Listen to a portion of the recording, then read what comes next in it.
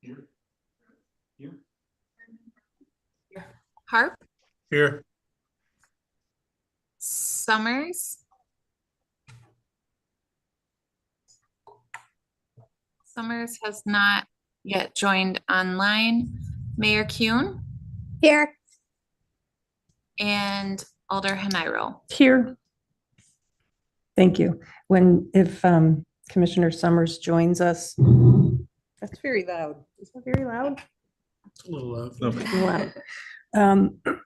If Commissioner Summers joins us, please let us know.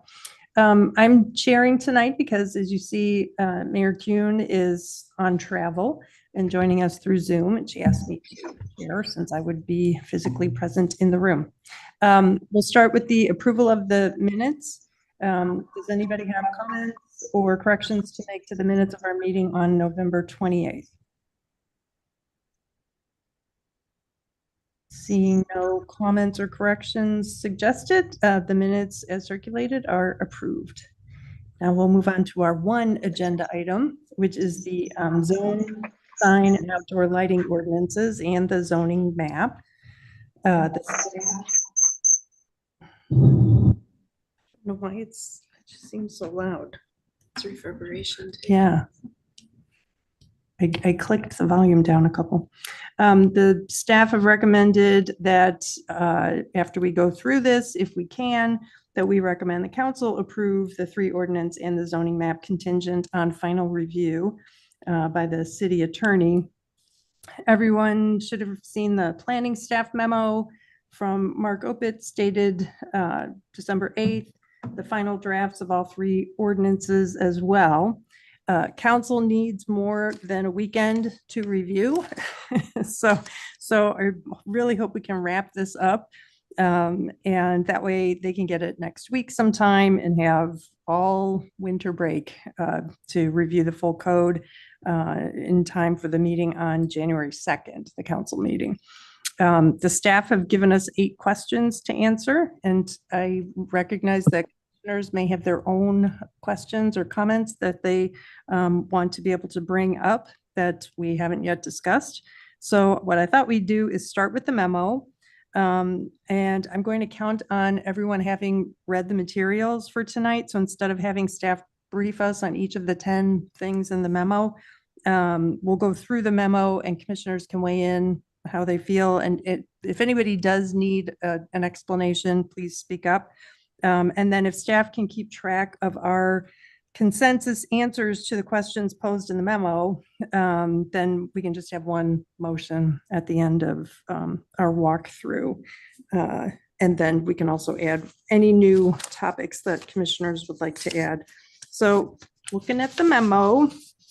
Commissioner Summers has now joined. Thank you. Okay, so looking at the memo, the first item is the substantive revisions is Article 1, introductions and definitions. And the question Mark posed to us is whether the new structure of this section is acceptable. Any comments from commissioners? And Commissioner Summers, I'll have to remember to look, and Mayor Kuhn, I'll try to remember to look your way. The only suggestion I had for the section, I appreciate all the changes that you made, Mark and Daphne and Abby. On the climate change one, I think it isn't just trying to mitigate the effects of climate change. It's to, well, our comp plan says to mitigate climate change and adapt to our changing environment. And I think it's important to get both parts of it. We aren't just adapting, we're also trying to reduce our impact. And so I think the way it's worded in the comp plan is better. Words and adapt to our changing environment. I'm adding that to the code. To mitigate climate change and adapt to our changing environment. Okay. Any concerns from commissioners? Was your intent to minimize or reduce potential climate change? Or be adapting to the current state of climate change? It's to do both those and also prepare for the future. So I think at most we could say try to reduce Middleton's impact or contribution to climate change. But I I think what you said right there captures that sentiment better than what you proposed just now. okay. What did I say? To Did anyone reduce catch that? reduce Middleton's impact on climate change? Yeah. Does that also get at though the adapting to our changing environment? Anybody feel strongly? Mitigation is a kind of specific term Mhm. about climate change. Right. Adaption is much more broad, but neither one is preventative. Yep. So if you're hoping for it to sound preventative, I'm not capturing that in what you said. Commissioner Bruce? I have nothing further to add. I think you're on the right track. Alder Hanero? Yeah. So if I understanding that number 9 would read, reduce the city's impact on climate change and adapt to our changing environment. Is that a hybrid of what I've heard? Well, yes, but at the same time, obviously, we want to have an impact on climate change. We want it to be in the right direction, though. What about adopting Madison's language, which was to address and mitigate the effects of climate change? That too vague? It's a little vague to know what to do with it. Um, A guideline. Well, then maybe to reduce Middleton's contribution to climate change and adapt to our changing environment. Does that sound? Okay. Any further comments or changes to Article 1, introductions and definitions? So we reduce Middleton's contribution to climate change and adapt to our changing environment. What did he say? Mark, just so you know, I have a Word document that I'm typing all of the consensus information from the Plan Commission that I can share at the end, because I think it's a little harder probably to hear through the Zoom. But the way that I have it written is a modification to section 10.01.039 to instead state, reduce Middleton's contribution to climate change and adapt to our changing environment. That's what I typed to. Okay, thank you. Yep. Okay, great. 1 down, 9 to go. The next one is facade length and articulation in multifamily and mixed use zoning districts. And the question, Mark, if you want to show that section, Abby or Daphne. And the question is, does the Plan Commission support this approach and the language that we have added to the ordinance? And I would simply ask, oh, I'm sorry, go ahead. I was going to say this was new last time, correct? So Mark, you want to give Yeah. us? And so there's a little confusion here, and I'd like to turn it over to Abby since she worked on this more recently today. I'm out of the office right now, but we had some inconsistency between 2 sections. And I want to also acknowledge Commissioner Bruce for his help over the last week as we worked on this issue. But Abby, if you could please handle this one and add the update, I would appreciate it. Yes, we received an email from Bill Connors. We appreciate him carefully reviewing the document. He noted that there is a conflict between section 10.07.203A2 and 10.07.303A. Sorry. Okay, I just listed this 0.303A2. So 0.20 and 0.30. The intent of our staff recommendation, and the three of us met and discussed Commissioner Bruce's suggestion about limiting the facade length. And it would not just apply to the principal facade or the street frontage facade. It would apply to all facades of a building. Was that we would propose a limit in MUN to a maximum of 100 feet. And then the other districts that are listed there, the MR districts as well as the MU districts, would be limited to 250 feet. We were proposing that we would not include the additional language that stated if there were articulation in the facade that 100-foot and the 200-foot could be exceeded. Instead, we would allow the Plan Commission discretion through that design review language that says you can vary the standards.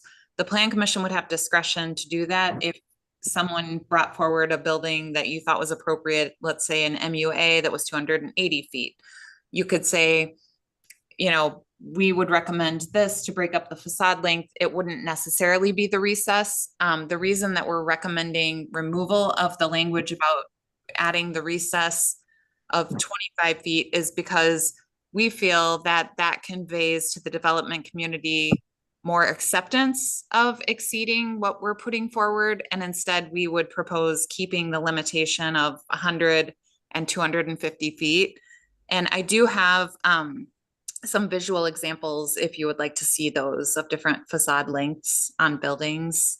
That'd be helpful. Mayor's nodding, yes. Okay, Deb, can you pull up that presentation, And- please? Does anyone know how long is the Trotta? The Trotta is about 500. Okay. Under, and we at the time flagged it as a concern that the length was longer than we felt we felt it might be an issue, and I think it turned out to be. I think I've heard others say too it's a bit long, but yeah, that's the impetus for this. So the first two examples are intended to reflect kind of the scale that we are thinking is appropriate in the MUN district. And again, as a reminder, MUN is the roundabout south to University Avenue on Parmenter Street, as well as North High Point Road on the west side between Greenway Boulevard and like Elmwood Avenue, downtown Middleton. So this first example is the Conservancy Bend Townhome building, not the Conservancy Bend apartment. This is just east of the roundabout. It's 88 feet in length and it's 3 stories. So this is very clearly an MUN type building. If you go to the next example, this is an existing building also on Parmenter Street. It's called Patrician Senior Housing. This is only 2 stories in height, but it is about 100 feet in length, just over 100 feet in length. And then if you go to the next slide, this is in the city of Madison across from Shorewood Hills at the corner of University and Ridge Street. And this is 180 feet in length. And you will notice that the first floor does not have any recess in the facade. Go to the next one. This is, unfortunately, I don't have a completed version of this. But this was one that somebody from the community had asked that I go out and take a look at. It's on East Washington and First Street. This is the one that now has, I think it's a Starbucks on the corner. It's a mixed use building. And the facade facing East Washington is 230 feet in length. Go to the next one. This is Sequoia Commons. The one that has the library on the first floor and the ice cream shop. And we have heard a lot of comments in the community that this building is something that we should aspire to. I think that this one, there was a lot of neighborhood concern when this was constructed. And I think most people now have really embraced the design. And this one is almost exactly 250 feet in length on the Midvale Boulevard side. This one is slightly longer than 250. It's 270 on the Seago roadside. This is in the Madison Yards area at the corner of University Avenue and Seago. And then this one is in Middleton. This is the aviary at Middleton Market. This is boy. street facing facade. This is the east facade. And you'll remember, I think at the last meeting, you reviewed the mural that's being proposed where that leasing sign is shown in this picture. But that facade length is 455 feet. And then the last example is the Trotta, which is about 500 feet in length. And there is kind of a small recessed area that has the rooftop patio, but that recess from the front face of the facade to that recessed wall is only about 5 or 6 feet. So it's very limited in how they recess that area. So those were all of the examples that I shared. Again, I just want to reiterate that through the design review process, even if we were to include the 250 and the 100-foot maximum length, the Plan Commission would still have discretion to vary the standards. And it wouldn't have to go through a formal variance process with the hardship. Okay, and thank you for showing us those. Abby, can you bring back the language that's proposed? Commissioners, do we support this approach in the language? Any concerns? All right.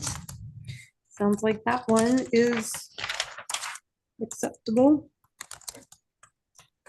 Thank you for that. The next one is commercial space in mixed-use building located at the corner of 2 streets. I wasn't sure what the reference to New York City was, considering that's like a totally different, much different than the Middleton. So Mark, would you like to explain why you're asking for us to consider adding this additional part unless the ground floor area exceeds 10,000 square feet? Sure. In all candor, I had forgotten to deal with this issue until the last minute last Friday. So we kind of scrambled to come up with some examples, and we didn't find many examples in other, that were readily findable, Googleable. But that's where the New York City reference came from. Daphne found that. The concern here, of course, is the debate we've had about how much of the ground floor on the corner building needs to be commercial space. And so that was a comment we had heard at the previous meeting. And so we just thought we'd circle back to see if there were any lingering concerns or to see a different approach. Abby or Daphne, did you have anything to add? No. Anyone have comments on this? I like the new language. I think that solves a potential problem for us. I want to make sure that we're encouraging mixed use development where it's possible, and this helps on larger buildings not requiring more than what maybe the market will absorb. If the market will absorb more, I think developers and building owners will provide what the market wants. So this doesn't require us building empty space, which I don't think is good for everybody or anybody. Good. I agree with the idea of adding this language. I would phrase it differently to avoid any confusion. I think I would say, I would end it after gross floor area. I'd put a period and then say, if the ground floor area is 10,000 square feet or above, the minimum requirement is 3,300 square feet. Because when I first read it, I was like, wait a minute, if it's 10,000 square feet, that's, 33% is the 3,300. So just to avoid any confusion. Also, it did occur to me, if you if someone can highlight the definition for, where is it, the required non-residential use floor area? Seems to me a developer could reduce the amount of space they need to dedicate to commercial by increasing the amount of space intended solely for building residents. So if you had a 6,000 square foot building, and everything on the ground floor was accessible to both residents and non-residents, the minimum commercial would have to be 2,000 feet. But if it's a 10,000 square foot building with 40% in use solely by the residents, it would also have to be 2,000 feet. So somebody could, I mean, I'd welcome someone checking that for me right now, because it just seems to me the way to avoid having to put in any commercial or too much commercial is to maximize the amount of space on the ground floor that's only for residents, which works against what we're trying to do. I read that as the space intended for use by both residential and non-residential land uses. So if there was space that was available, like a lobby space that was available for commercial residents or commercial tenants or residential tenants, that would be excluded. But otherwise, you couldn't just put in exercise facilities or other residential only uses. It would have to be available for commercial users as well. Well, and that's what I was thinking too, but when I read it more closely, the part that says, but not including other uses oriented solely to building residents, to me, that's the part that's the problem.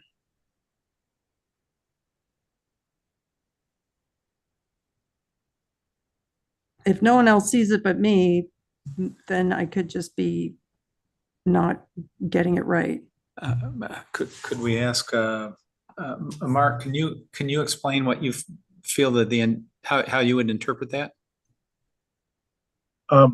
We just didn't want somebody to say, "Oh, look, I'm meeting my requirement to have mixed use by having an area that's available to the public, but it doesn't provide the useful function." Well, that's not what I meant. It's still, having an elevator, lobby, and all that still has utility. But I think we were trying to make sure that we had dedicated space that was, let's say, a coffee shop, that was occupying, that we were counting what mattered instead of shared space.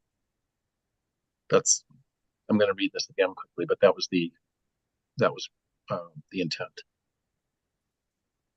I think this could maybe be clarified by like separating this, but not including, I don't know why this is frozen and highlighted, but not including other uses. That could be, a separate sentence following. So saying, both residential and non-residential land uses, period.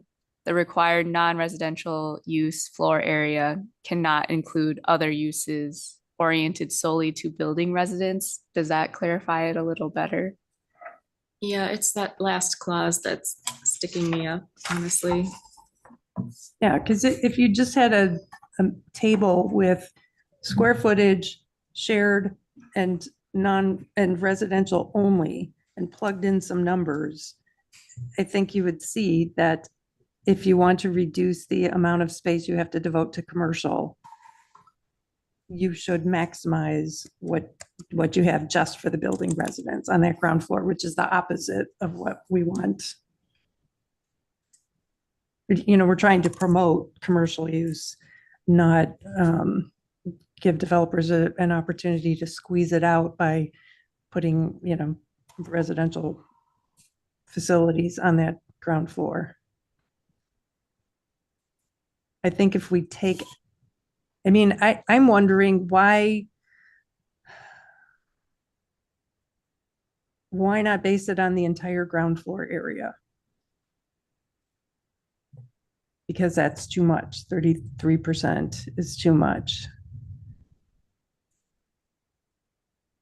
But that being said, included in your previous discussion, there is a minimum requirement for buildings that exceed 10,000 square feet. There is not, it's listed as a minimum, but I think it's actually a maximum requirement, is my understanding. Yeah, Mark. a maximum minimum. Yeah. Yeah. Well, I know we debated this one on Friday. This was probably the last thing we worked on before the memo, before we finished the memo. Unless the ground floor area exceeds 10,000 square feet, in which case the minimum requirement is 30. I think what we wanted to do is yeah, it's a maximum. So in other words, you have to meet 3,300, but you don't have to go for that. That I think That's was why I suggested if the ground floor area is 10,000 square feet or above, the minimum requirement is 3,300 square feet. I think that addresses that without having to phrase it accurately but confusingly as a maximum. But I think I'm sorry. But what you just said, Alder, and I thought the last sentence in purple, I think, reads that way: 10,000 square feet or above, in which case the minimum requirement is 3,300. Isn't that what you? I still think it would work. It would be less confusing as a separate sentence following the first sentence. Oh, I see. Okay, got it. Yep. But going back to the part that Daphne has highlighted, I would suggest taking out that clause. And what if I don't want to spend too much time on this. I almost think someone just needs to sit down and do some math a little bit to see what the effects are.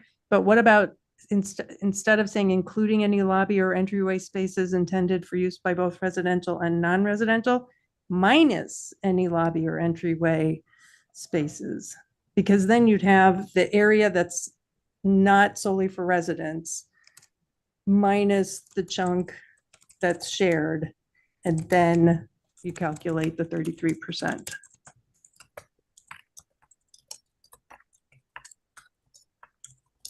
We can sit down and edit this and discuss this further with you, Alder Hanairo, since you're going to be the sponsor at the council meeting, I presume, of the as the planning commission representative. So if that's okay with the body, then I'd be happy to. The three of us would be happy to work with you on finalizing that language. Thank you. Yeah, I just want to make sure it's not doing the opposite of what we're. Understood. I think we're all on the same page. We just it's the phrasing that's the issue. So. Okay, but then adding the maximum minimum for the 10,000 square feet or above is a separate sentence. That's okay with the plan commission? Yes. Okay, great. I support cleaning up the paragraph and making the intent clear. Moving on to the air district. Mark, you want to give us a brief summary? Very briefly. So at your request, and I think the council was interested in this too, well, specifically the Planning Commission, the Airport Commission on November 30th reviewed the language that was in the ordinance and in the draft ordinance at the time. They ended up recommending largely restoring the language as originally drafted, so that there weren't any percentages linked to an office land use or the restaurant, tavern, and indoor commercial entertainment land use, which is a conditional use. There was a letter that you all received from our neighbors to the west and north that indicated that the city staff apparently agreed with the original language, with the language that was stricken by the Airport Commission. And I just want to clarify that the original language as drafted by the consultant was where I was more comfortable. I actually came up with the percentages or proposed the percentages as a way to try and find some compromise. I would much prefer that the percentages not be in there, because we don't have this anywhere else for any of the other zoning districts where we modified the percentages. We just simply list the land use categories that are used throughout the code. So I actually prefer this language that the Airport Commission recommended. And then heliport is also a concern for our neighbors, and also the Plan Commission previously indicated they didn't want to see heliports as conditional uses in several zoning districts. So that part, the latter part, is out. We don't have heliports restored to any of the zoning districts other than the AIR district. And then finally, the Airport Commission also suggested because of the helicopter question, they added a reference in the code to state statute to the definition of aircraft. So that was a good suggestion. So those are the changes that they recommended, and I fully support. Okay, thank you. Commissioners, any comments on, well, the questions posed to us are, does the Plan Commission support the sections as they are now written? And then how do you feel about applying the air district to the airport property as a way to sort of kick off the conversion from PDD to something more specific? Any comments on the first question, the sections as they're now written? I'm fine with how they're written currently. Okay. I have a concern about the restaurants, taverns, and indoor commercial entertainment. And it's simply because I question how that is, like, what's the aeronautical purpose of a restaurant, tavern, or indoor commercial entertainment facility? I don't think these should be included as even a conditional use. I could see putting a restaurant in the terminal building. And of course, Madison has all of these in its airport zoning district because they have commercial service. So, people can get a drink and get on the plane. But I don't think it's an appropriate use of the airport, which is all supposed to, it's from the Airport Commission notes that I'm taking the phrase aeronautical purpose. At Truax, though, on the east side, on the Air Wisconsin side, they do have Petamelli's Jet Room, which is open to the public. You referenced what they have at the Dane County Regional Airport, in the terminal, but that's not open to the public. You have to be a ticketed passenger to get into any of that. But on the east side, they do have it. And, for plane spotters, that's actually a really neat place to go for breakfast. I know that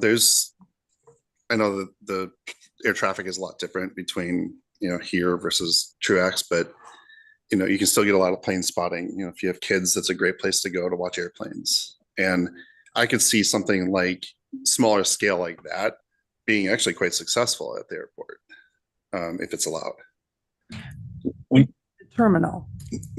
It's not so the Air Wisconsin part is like where all the private jets go, and that's where they unload and unload. So yes, it's technically part of that terminal. It's not like it's a standalone building, but it's open to everybody to go in there. Because I have had constituents mention that the airport, the terminal used to have the bakery, I guess, and they enjoyed having that, and they wondered if there's a way to bring that back. I don't have any objection to using the terminal in that way. I think that could generate revenue for the city as well. But because hangar space is in such great demand, and because of the security concerns about letting anyone just access the taxi, like to get out to a hangar, you have to have more access to the airport than you do just to get into the terminal. So I could imagine leaving in this section, this conditional use, as long as it stipulates it has to be incorporated within the terminal building. I don't care about the gross floor area, but I just don't see how we could. Personally, I don't think our airport assurances would allow us to let a hangar lessee incorporate a tavern. I just don't see that even being a possibility. But I think if we leave it there as an option, somebody will figure out how to do it. So I just welcome feedback from folks. The mayor has her hand raised. Mayor Kuhn. Thanks. I just wanted to echo what the commissioner was saying about the Truax Field restaurant. I understand what you're saying, that there is hangar high demand. But it makes me think that the last time we were talking, there was a discussion that if it says restaurants, it also has to say taverns and indoor commercial. I think that's what Mark had said, or staff had said. Yeah. And I understand what you're saying, but I'm okay if it's a conditional use, because they do have to come back through, and likely not every hangar is going to suddenly have a sign out saying tavern. This is, I think this would be very infrequent, and I'm open to ideas, but I'm okay as is. If people are fervent on changing this, I can make amends to that, but I really am just okay with it as is. But you bring up great thoughts.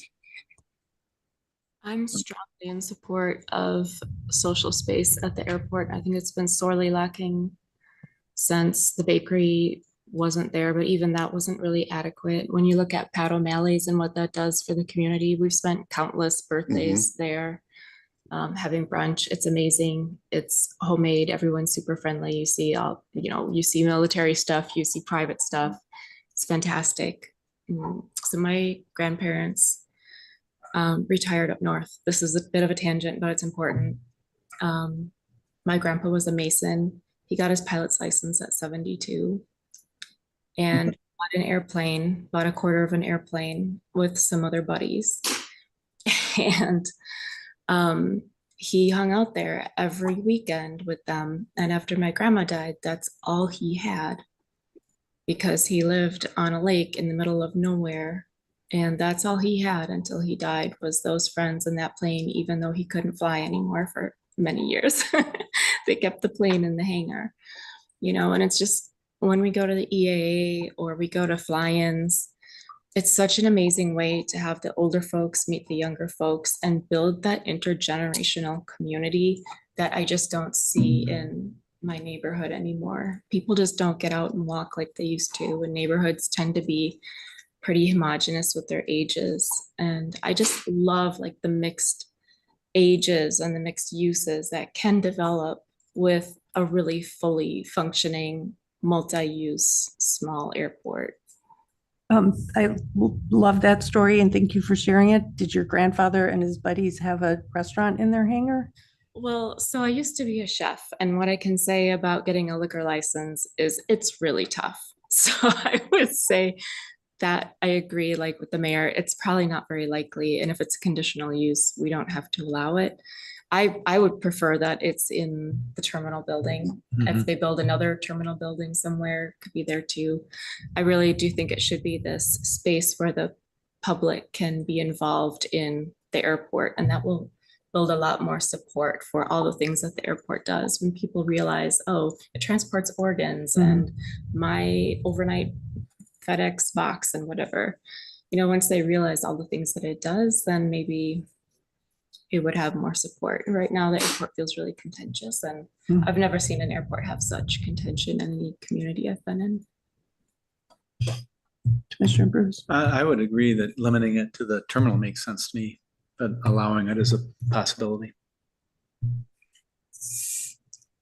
And on the screen right now, I brought up the like the land use section of our zoning code. So the regulations A through D, those are what they would have to meet in order to be granted that conditional use permit.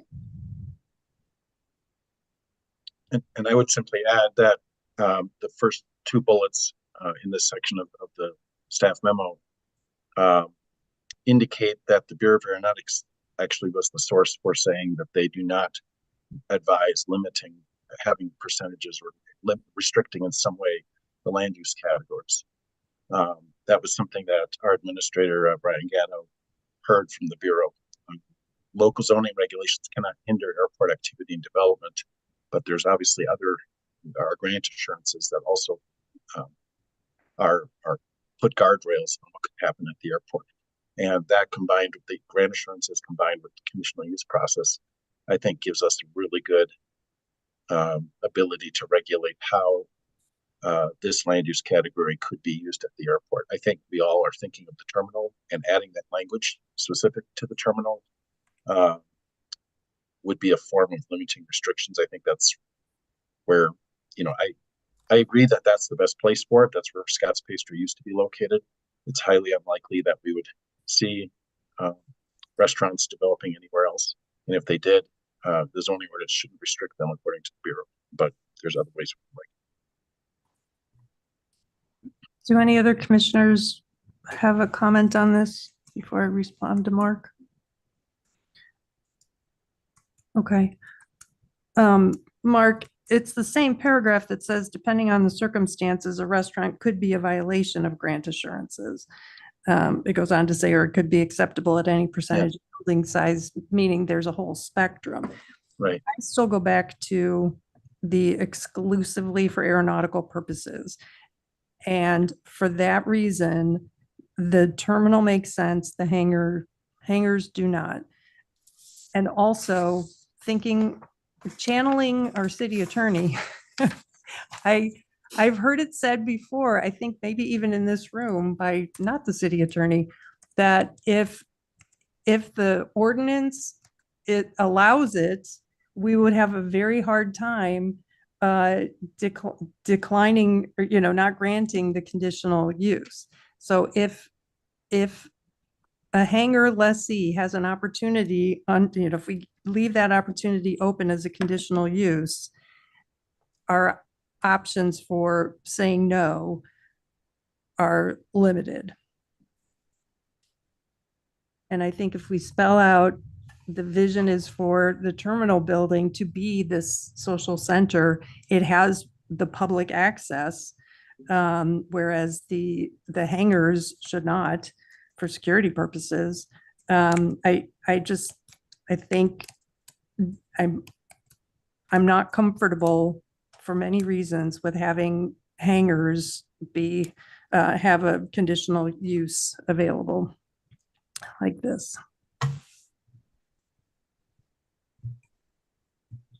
Most hangars wouldn't have space for a use like that anyway.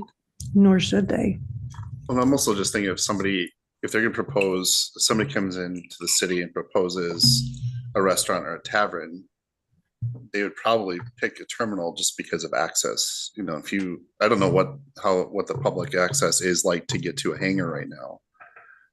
But is it easy for myself if I went up to the airport right now to walk up to the hangars? Probably, but it shouldn't be. But no. So are they going to propose something that's exclusive to the people who have access to the hangars, or are you going to propose something that's going to be open to the public? And I'm thinking of like somebody coming in with a proposal, they're going to have it open as much as possible.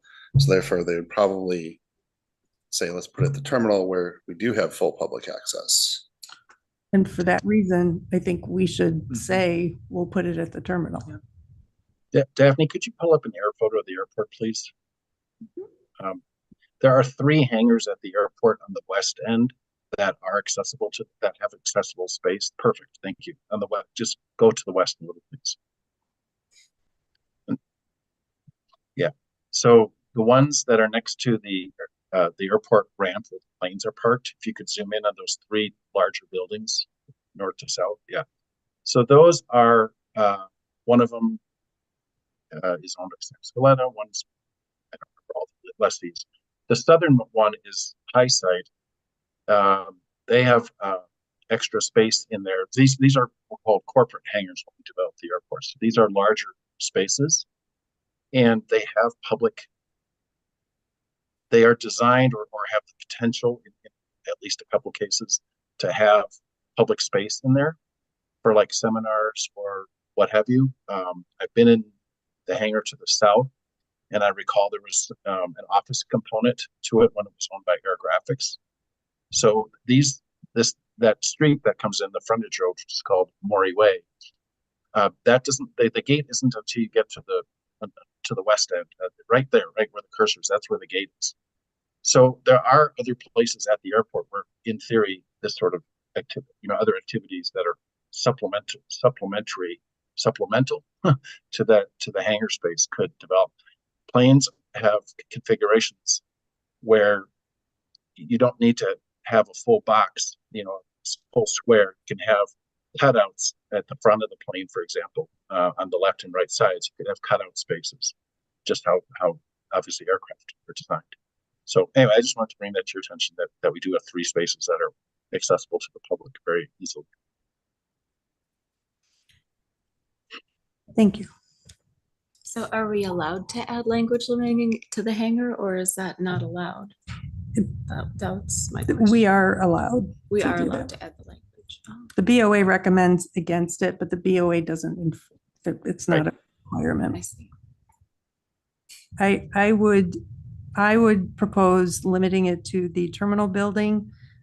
And if there's a problem with that, having this be one of the things we check in on when we do our first update to the code, because I should have said that at the beginning. It's acknowledged throughout that after a year or so of implementation, we'll probably walk through and have to tweak things all over the place. So this could be flagged as something to specifically check in on. I support limiting the language to the terminal if that's possible Okay. without getting in trouble. But if it's not, I think allowing the use is better than limiting it, because I think it is a self-limiting problem. A good way to phrase it. So Mark. Yeah. And Aaron are giving us the thumbs up. The other one I had a question about is the offsite parking lot. Can I just ask a quick question just for clarity in that with the consensus commission? Can we put that back in Article 3 instead of as a percentage in Article 2? So in other words, Article 3, which is Daphne just had that up, where there were, I think, 4 bullets under the restaurant section. We would just restore language that was in there a few weeks ago. And we would, in this case, it wouldn't even just be restoring it. It would basically be letter E saying, in the air district, such a use can only be located in the terminal building. That's where I would put that language. That way we don't have to go back to the percentage approach, which made me cringe. Mark, what about instead just modifying 10.02.533A to just keep the restaurants, taverns, and indoor commercial entertainment, and then just add a parentheses, shall be incorporated within a terminal building? Well, but that's getting back to the same thing as the percentages. I would much prefer having just the language, the land use categories listed in all the permitted and conditional use sections without any modifications, but then put the standards in the Article 3, which is where they belong. Point. It's fine. Pardon me? I see your point, and I think that's fine. But then that actually is related to item C, offsite parking lot provided to help support airport operations or activities. That's a modification. That's a good point. So that was something also I think that came. Well, I was going to say, it seems to me by definition, if the airport land is used for an off-site parking lot, that means whatever the use is for the parking, it's off-site. So it's not related to the airport. Well, right. But I think I recall adding this one later because this concern came up previously. Like, let's use Kiva as an example, because Kiva oftentimes has events that spill over into the street surrounding parking lots. We would not want to see a parking lot put in on airport property for Kiva's benefit, but not for the airport's benefit. That would not be appropriate. So that was the intent there, I think, was to address that concern at a previous meeting. But you're correct. For consistency purposes, that modifier shouldn't be there either. So. Well, I guess. If you wanted to strike C, I don't recall why that was in there from the consultant's template to begin with, or maybe we added that. Maybe I don't recall how this evolved. We've had so many edits to different parts of the code that I don't necessarily know all the history anymore for any one item. But if that's, go ahead. It's that our definition of offsite parking lot is offsite parking lots include any areas used for the temporary surface parking of vehicles which are fully registered, licensed, and operable. And I mean, maybe it's in here because there are events that go on at the airport where parking is needed. It's not offsite parking, but it's parking, but that's covered by the event permit. So I don't see why we would allow anyone not at the airport to temporarily park at the Yeah. airport. And I'm not, that's fine with me if it's stricken. I have no Anyone problem. think of an example of? Well, we have a parking area at the airport that supports the terminal building, and then we have a parking area that's in taxiway C or taxi lane C. But that's Uh, not offsite parking. I agree with you. I agree with you. Yeah, that's onsite parking. Any objections to taking it out? No objection. You don't see Aaron or Emily. Okay. All right. And then the second question was, how do you feel about applying the air district to the airport property? So this would be, all the PDDs to the extent that we can. We'd like to shift them over to an actual zoning code or a zoning district. Weren't we using the PDD here to help allay some concerns from our neighbors? Yes. And to me, that was fine to do. I'm okay with it. I don't really want to. This is one additional PDD out of a host of them, so Yeah. I'm okay if that's what the direction that the city wants to go. Thoughts from other commissioners? I would agree. Grandfathered in all the other PDDs. Okay. So I guess the answer, well, how do you now feel? We feel this. We'll keep it. Yeah, because the heliport went back in and that's not what our neighbors were hoping for. So this is something. Okay. All right, moving on to page 4 of the memo, we have parking within the first floor of mixed-use buildings. And Commissioner Bruce, I believe you're the one who suggested this. And the question is, does the Plan Commission support the change? Mark, you want to quickly walk us through this change? Sure. So we just review it quickly. So it's the area in red is what we're adding to the multifamily section, which is 0.20, and then the mixed use commercial section 0.30. And this was language that Commissioner Bruce helped us. I don't really know what else to say beyond what's in the memo. Just making sure that we are counting, addressing the issues that we don't have ground floor or first level parking as along the facade facing the street. We have a few examples of that. The Kestrel's one, downtown Middleton Center, Middleton Center in the downtown has that, where these structured parking is pretty well concealed, but it's still there, and it's not, interactive space, if you will. It still is a facade. So this language is intended to try and reduce the prevalence of parking behind a wall that's adjoining the street.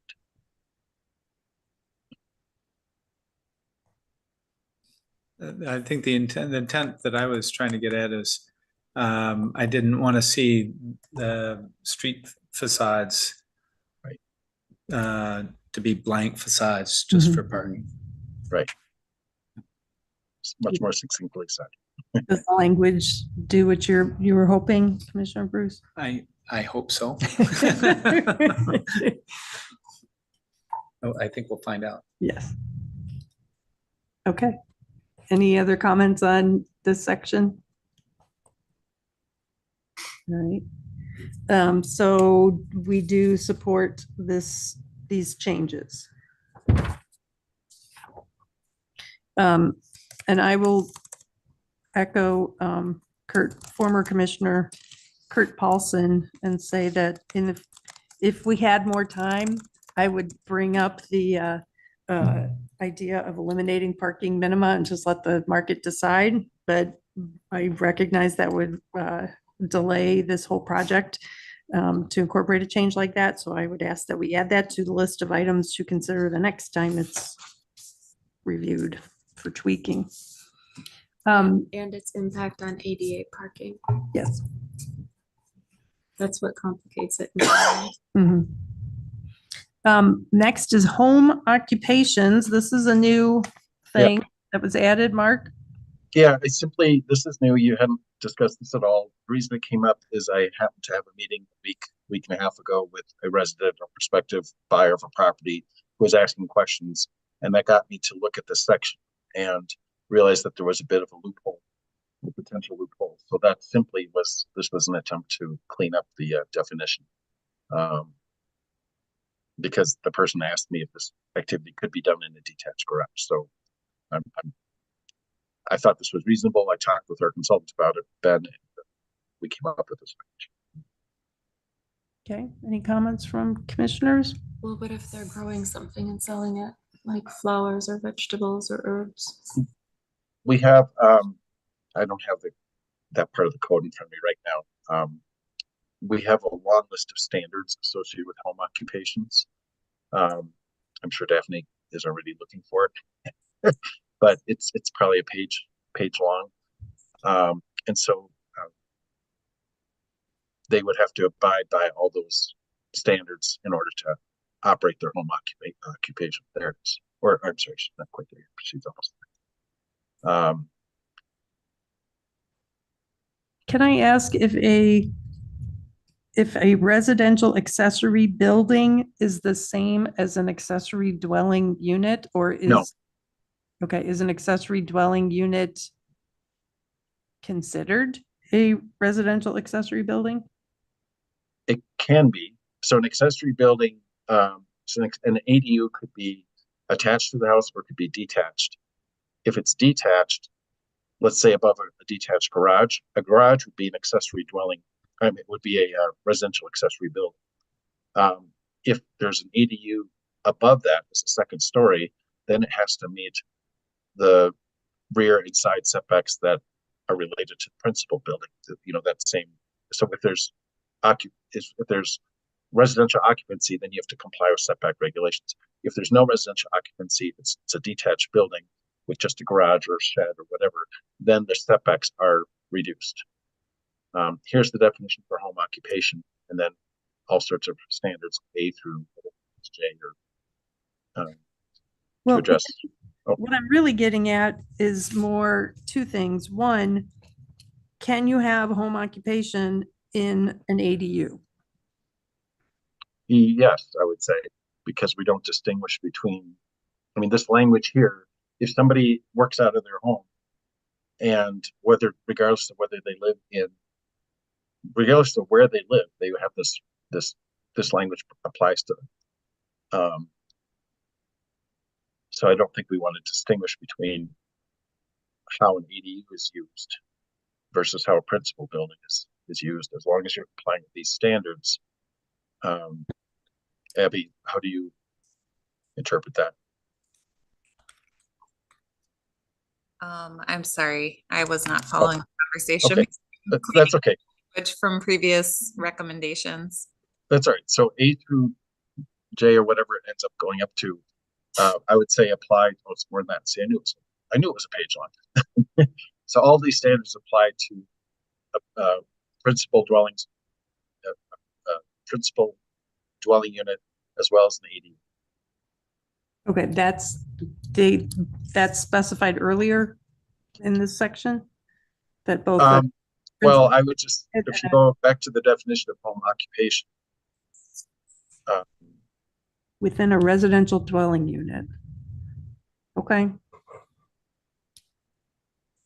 I maybe consider putting both primary and accessory in parentheses to make that clear. Because when I first read this, I thought, well, why are we saying residential accessory building? Now I get that it's not the same as an ADU.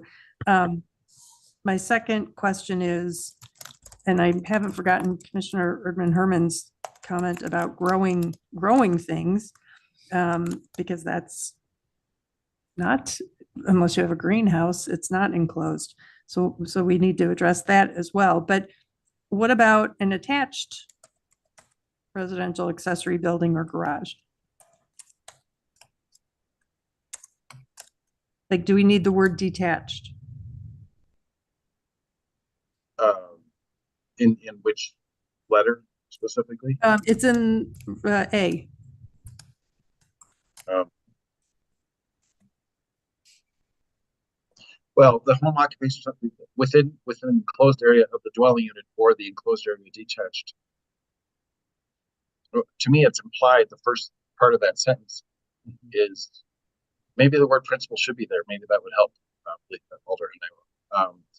But the idea, the question came up because the individual was asking me if they have a detached garage, could they have their home occupation functioning in there?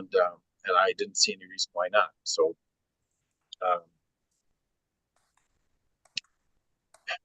it's, to me, it's implied, but if you want to be more specific, that's fine. Yeah, I think if you say detached and someone has an attached greenhouse even, that's an accessory building. I just don't see that detached How about striking the word detached? is necessary. Yes, striking detached. Any objections? That No, I think is that's, perfect. yeah, it's perfect because my neighbor right across the street, in fact, has this exact scenario. Their garage was turned into a greenhouse. So Yeah, that's fine. Adding or striking detached, that solves that problem. Because residential accessory building is defined elsewhere, and that can be attached or detached. And then Mark, can you comment on whether someone could grow herbs in a garden and sell them?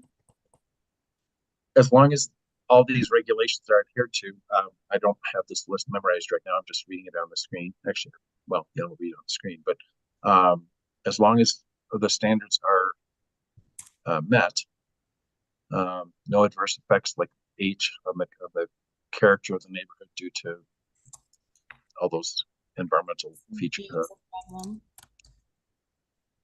I mean, the nice thing about this code is it's not. We were trying to get away from telling people exactly what they can do with their property, because we have general categories, land use categories, and general and standards that they're supposed to meet. But we didn't want to get into saying this building can have a salon, but it can't have this or that. We were trying to be a bit more flexible with the land use categories. So I guess my response to you is the same along these lines here, where as long as you can meet these standards, we're not going to say you can't do it as long as all these are met. Right, so I see a problem with the fact that you could be gardening to a large extent in your backyard, and doing exactly what urban farming is without selling it, and be perfectly within the ordinance of what you're allowed to do on your property. But if you were to then sell those things, you'd be out of compliance with G, because you might have materials outside for your garden and it's not an enclosure.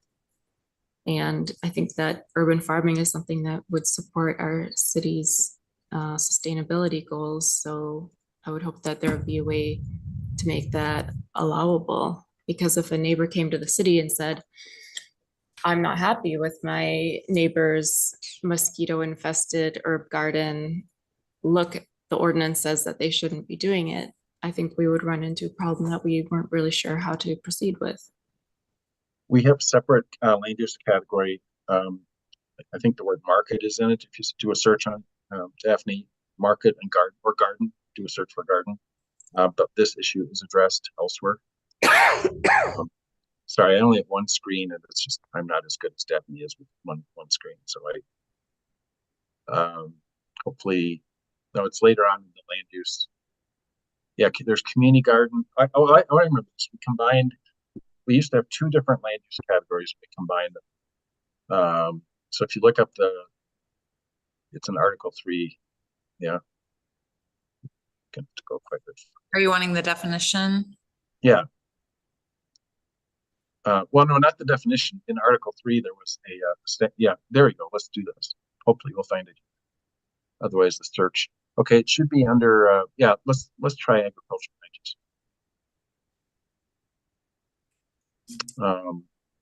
Oh, here it is. Community, yeah, we combined community or market garden.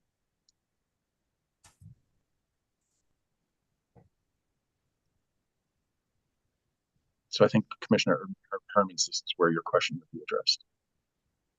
That's multi-garden. Yeah, well, and it says where on-site sales of crops are permitted. Is that permitted on residential? Let's finish reviewing this quickly and then go back to the Plots to permitted uses. by more than one operator or member. That's definitely not That's not what you're. what I'm talking about. I'm Right. talking about a single residence. And if you would scroll back up, I think we cruised past some other language that was restrictive. Yeah, right here. That's more of a business.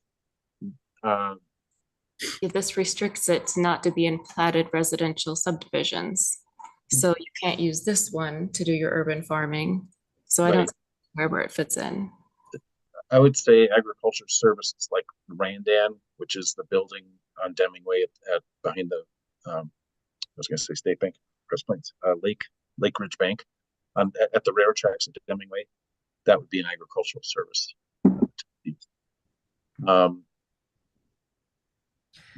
Well, I agree with the comment that has been raised. This is a problem. The question is, do we want to try to fix it now before forwarding this to council, or do we want to encourage folks to contact their council members or show up at the council meeting to call attention to this omission? I think we should try to fix it. If not tonight, then ask the staff to make sure that the situation described, because you're right, why, if you can do these things for yourself, have a garden and store your tools and everything outside, if you can do that for yourself, why could you not do that and sell some of those herbs or produce that you're growing? Where's the language that is specifically the concern? That right there, that, George? Yeah, and then higher up about it all needing to take place Okay. in those buildings.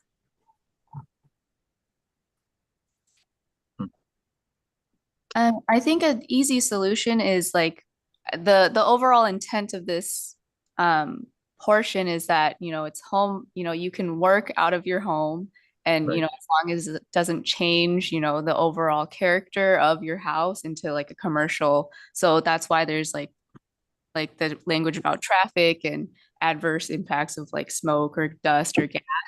And so I think, you know, in E, you know, they say no exterior alterations which change the character of the structure. I think maybe something we could add something like that, you know, you're allowed all of these things as long as it doesn't change the character of, you know, your single family home or your duplex or, you know, wherever you reside. And maybe that can be something that we add to the beginning, you know, under the definition.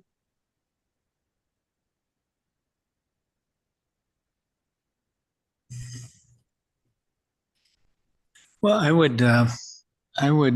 don't think we're going to be able to come to the language tonight. I would ask staff to try to, I think they understand what we're getting at, and would ask staff to try to work with the consultants and themselves to get language prior to the council meeting. and work with Commissioner Erdman Herman.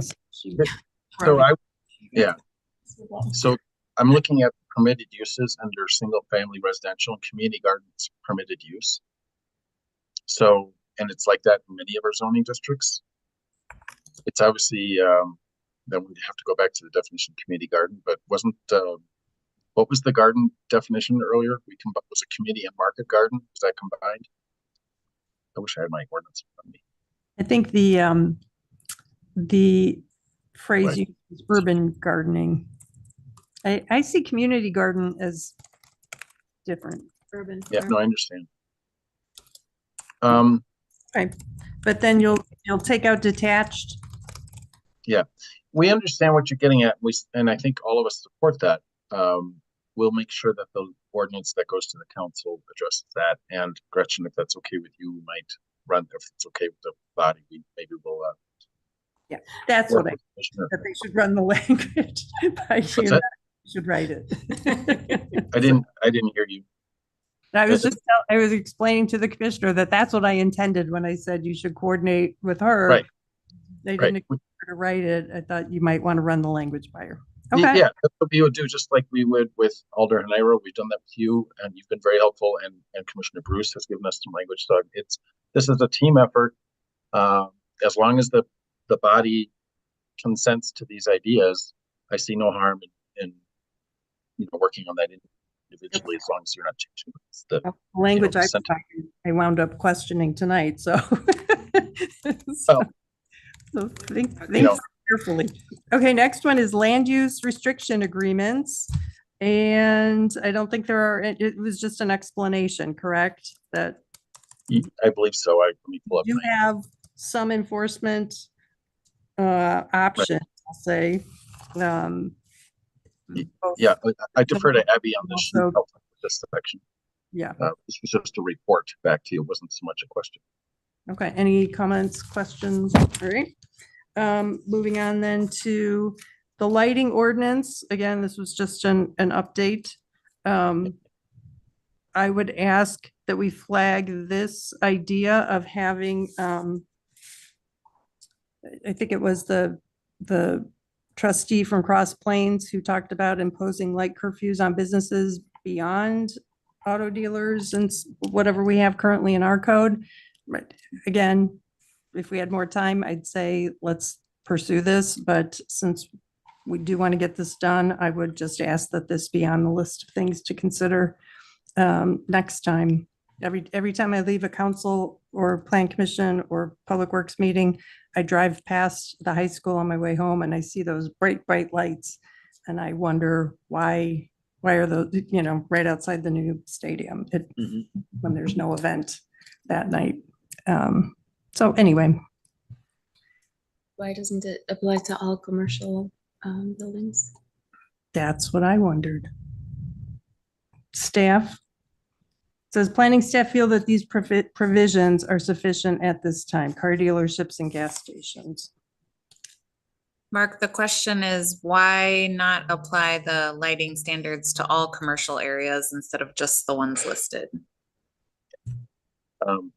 Thank you. It's I hope you don't hear my room. I'm in a hotel room and every once in a while a vent kicks in and I can't hear well for half a minute. So I didn't hear everything. What the question is, why not, they're asking, why are we not applying the lighting ordinance standards to all commercial businesses regarding dimming of fixtures and just the ones listed? A very valid question. I think a lot of this was evolving our current lighting regulations. Ben at Vanderwell worked with our current ordinance and was transitioning it to this new ordinance.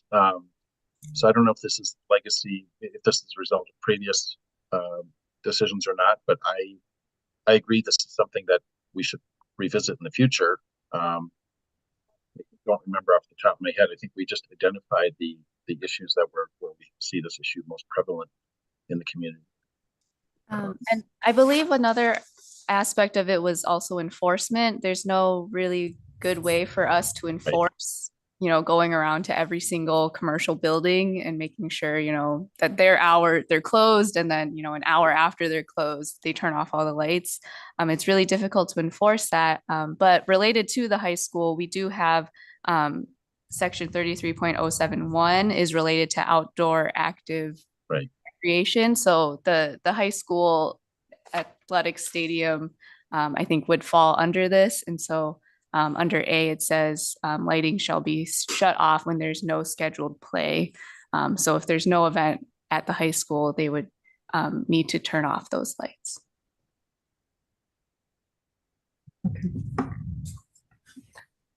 Thoughts from commissioners? If it's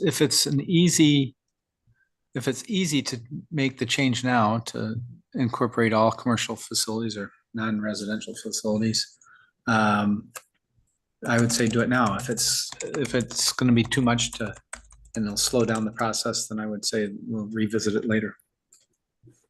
I would agree with Commissioner Bruce. I can think of half a dozen properties off the top of my head that probably have equal lighting concerns, commercial use along Parmenter Street, immediately adjacent to these car lots that we shouldn't be excluding.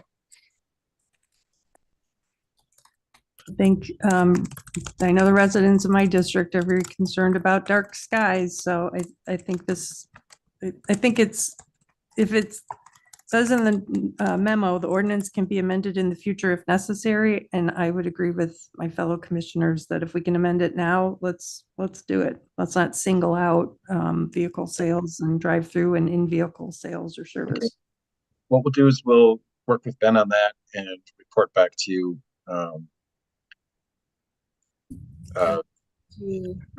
Either by email or with a report, or if necessary at the next meeting. Businesses. Yep. And when you say to apply it to all commercial land uses, would that also include the mixed use district and the multifamily districts? I would say so. Yeah, it's by use. It's not by zoning district as much. I'm actually looking up the lighting ordinance right now. Yeah, I think that, I guess from my opinion, I believe we had a public comment on this, and if off the top of my head I'm remembering correctly, I believe it was Terrence Wall addressing the Middleton Center lighting and the possible concerns for safety. I don't know if we want to include some language in that with the exception of safety along, public walkways. That's the only exception I could think of. Well, the ordinance says that it needs to be dimmed to 3-foot candles within 60 minutes after business. So not that it needs to be off. Right. So, Yeah, I guess just. Part of the issue too is the non-conforming section of section 33.043. We have non-conforming exterior lighting. So I guess one of the questions I would have is, do we have the ability to, so a property currently has lighting that people find objectionable. If it complied with the current ordinance, I would question whether we would have the ability to say we have an ordinance now, you can't do what you're doing. But I'm currently reviewing that section of the code just to see if I can get more information.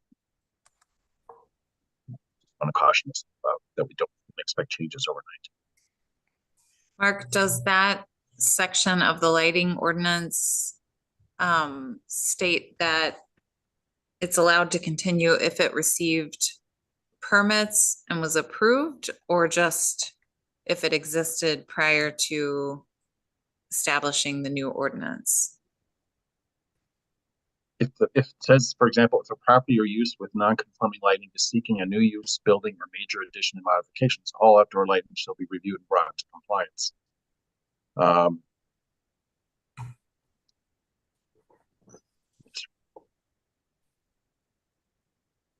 I haven't looked at The section though that allows non-conforming lighting to continue. It's section 33.04 is applicability. Is that what you're looking at? I'm not seeing what's on the screen. Oh, there you are. Okay. Yeah, that's the section that I would refer to right now.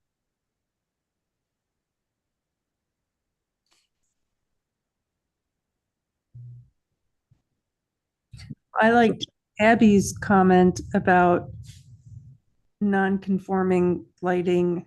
What did you say again, Abby? That they can continue to use it? If it received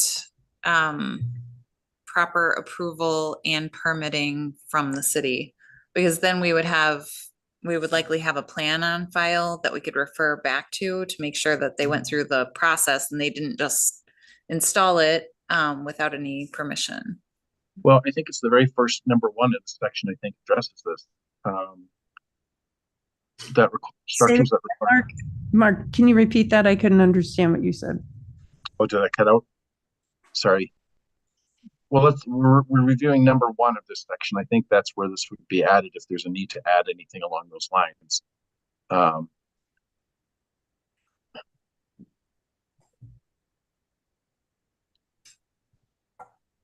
That previously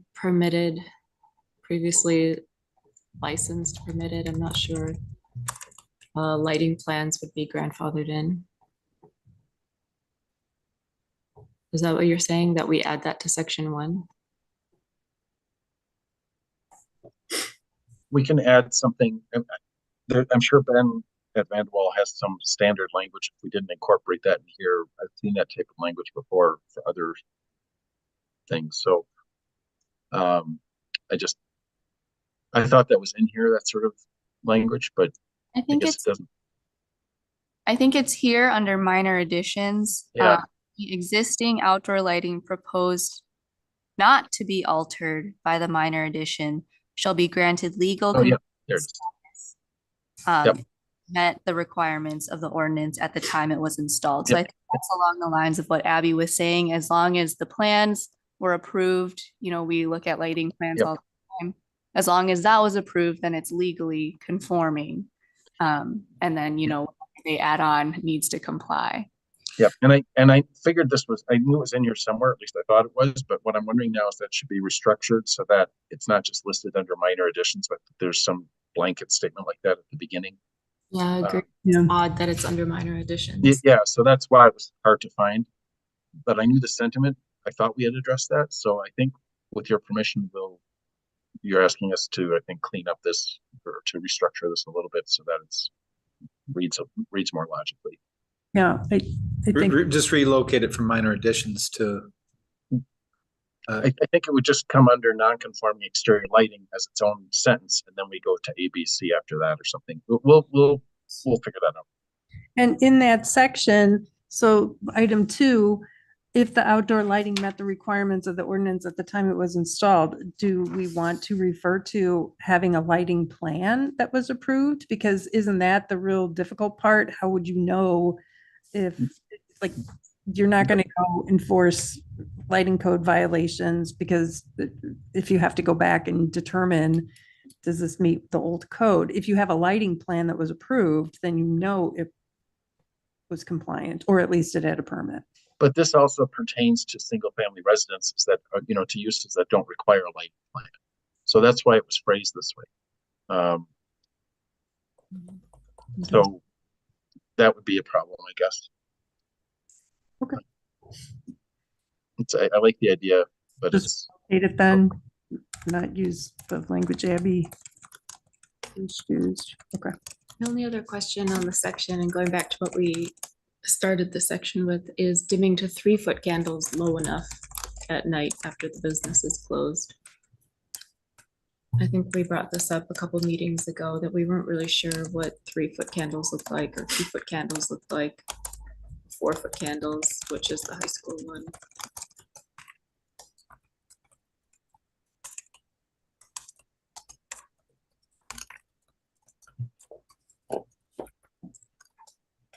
Mark, can you comment on that? Sorry, I'm trying to deal with my venting system again, so I can't hear well. I'm trying to turn it off. Well, while he's working on that, this is Emily. And I might have missed it, so my apologies, is if there's a non-conforming, whether it's commercial or residential, understanding that we're trying to get the commercial to fall in alignment, is there some language we can use, say, for the residential, and you may have been touching on that topic, is to encourage them to meet the updates? If there could be a sentence in there, if there's not.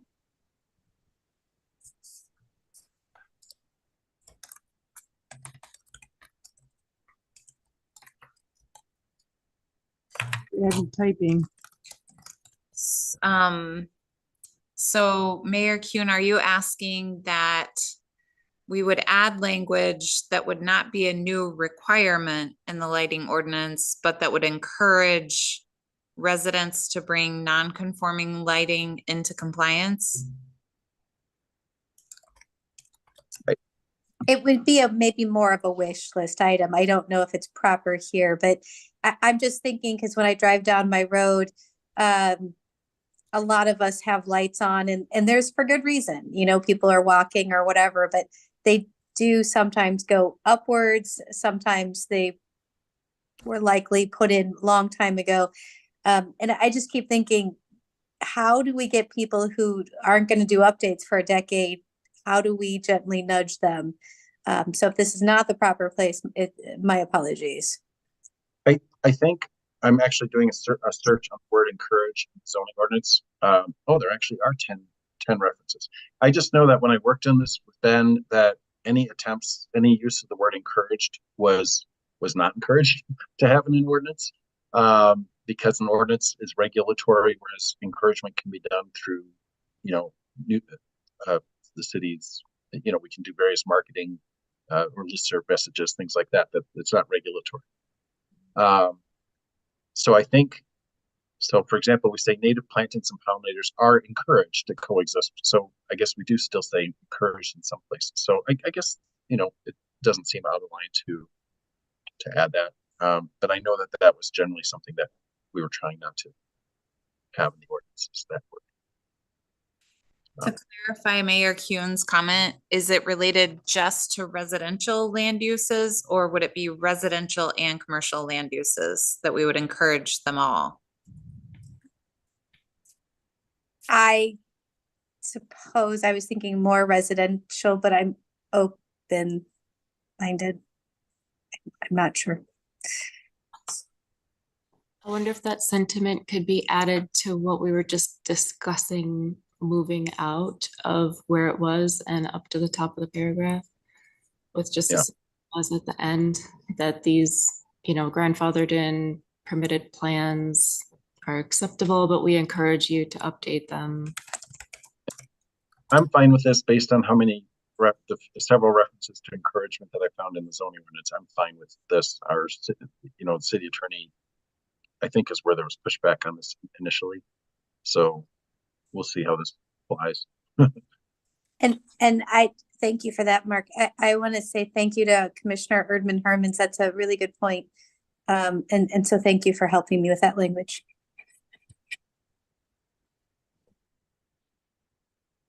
And back to the question of the 3-foot candles enough?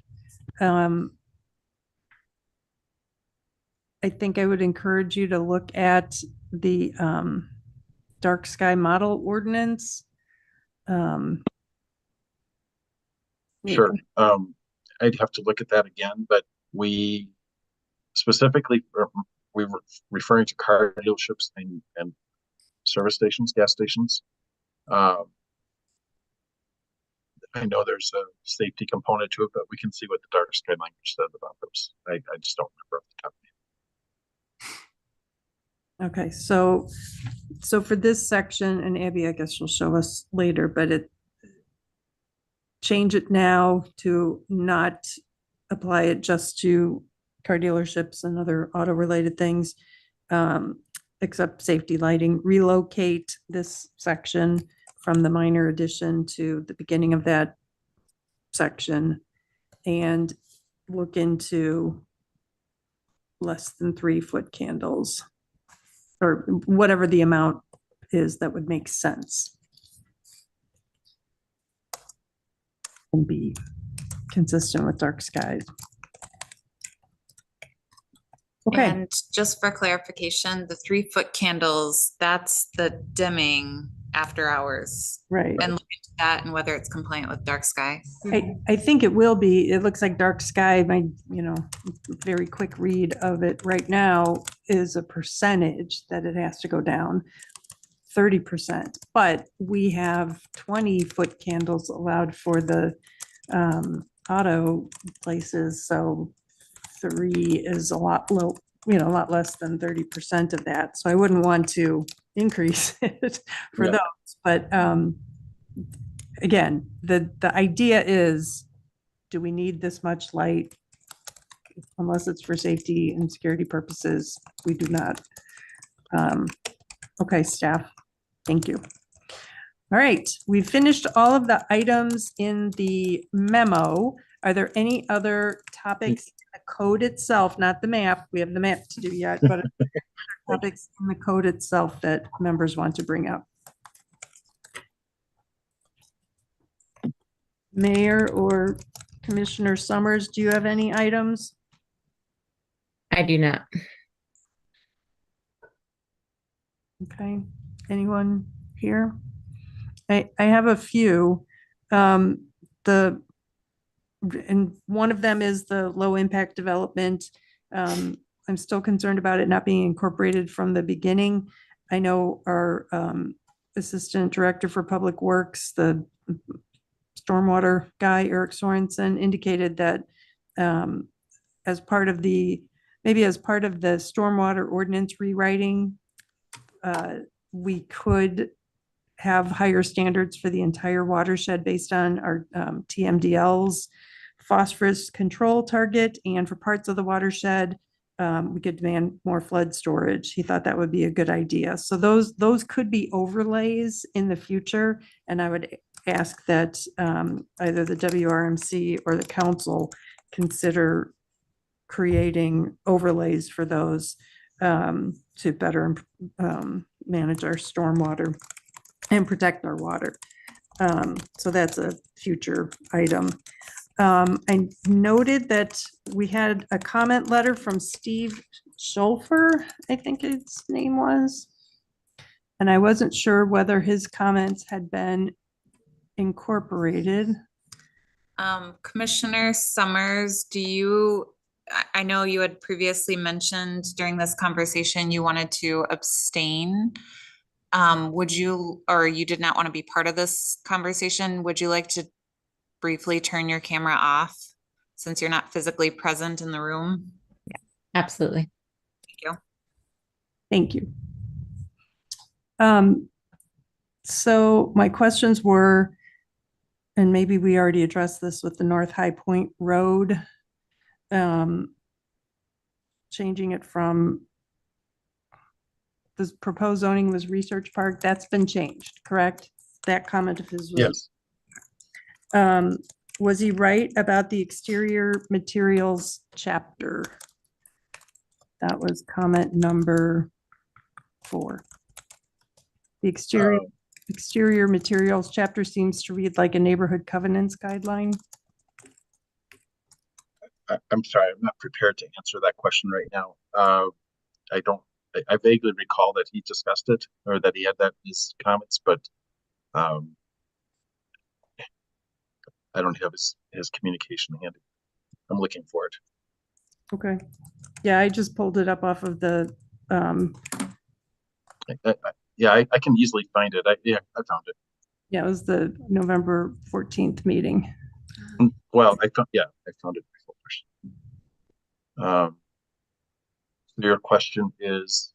Well, his comment was the exterior materials chapter seems to read like a neighborhood covenants guideline, not particularly a zoning text. I've not experienced this type of language before and only question if it's appropriate for this code. He just wondered if this is the proper tool for improving the city's aesthetic qualities. I'm just reading his whole paragraph. Does it contradict any neighborhood business park covenants that are already in place?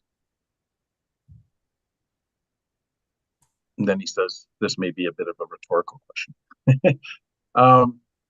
Well, I mean, we have a whole article to exterior design.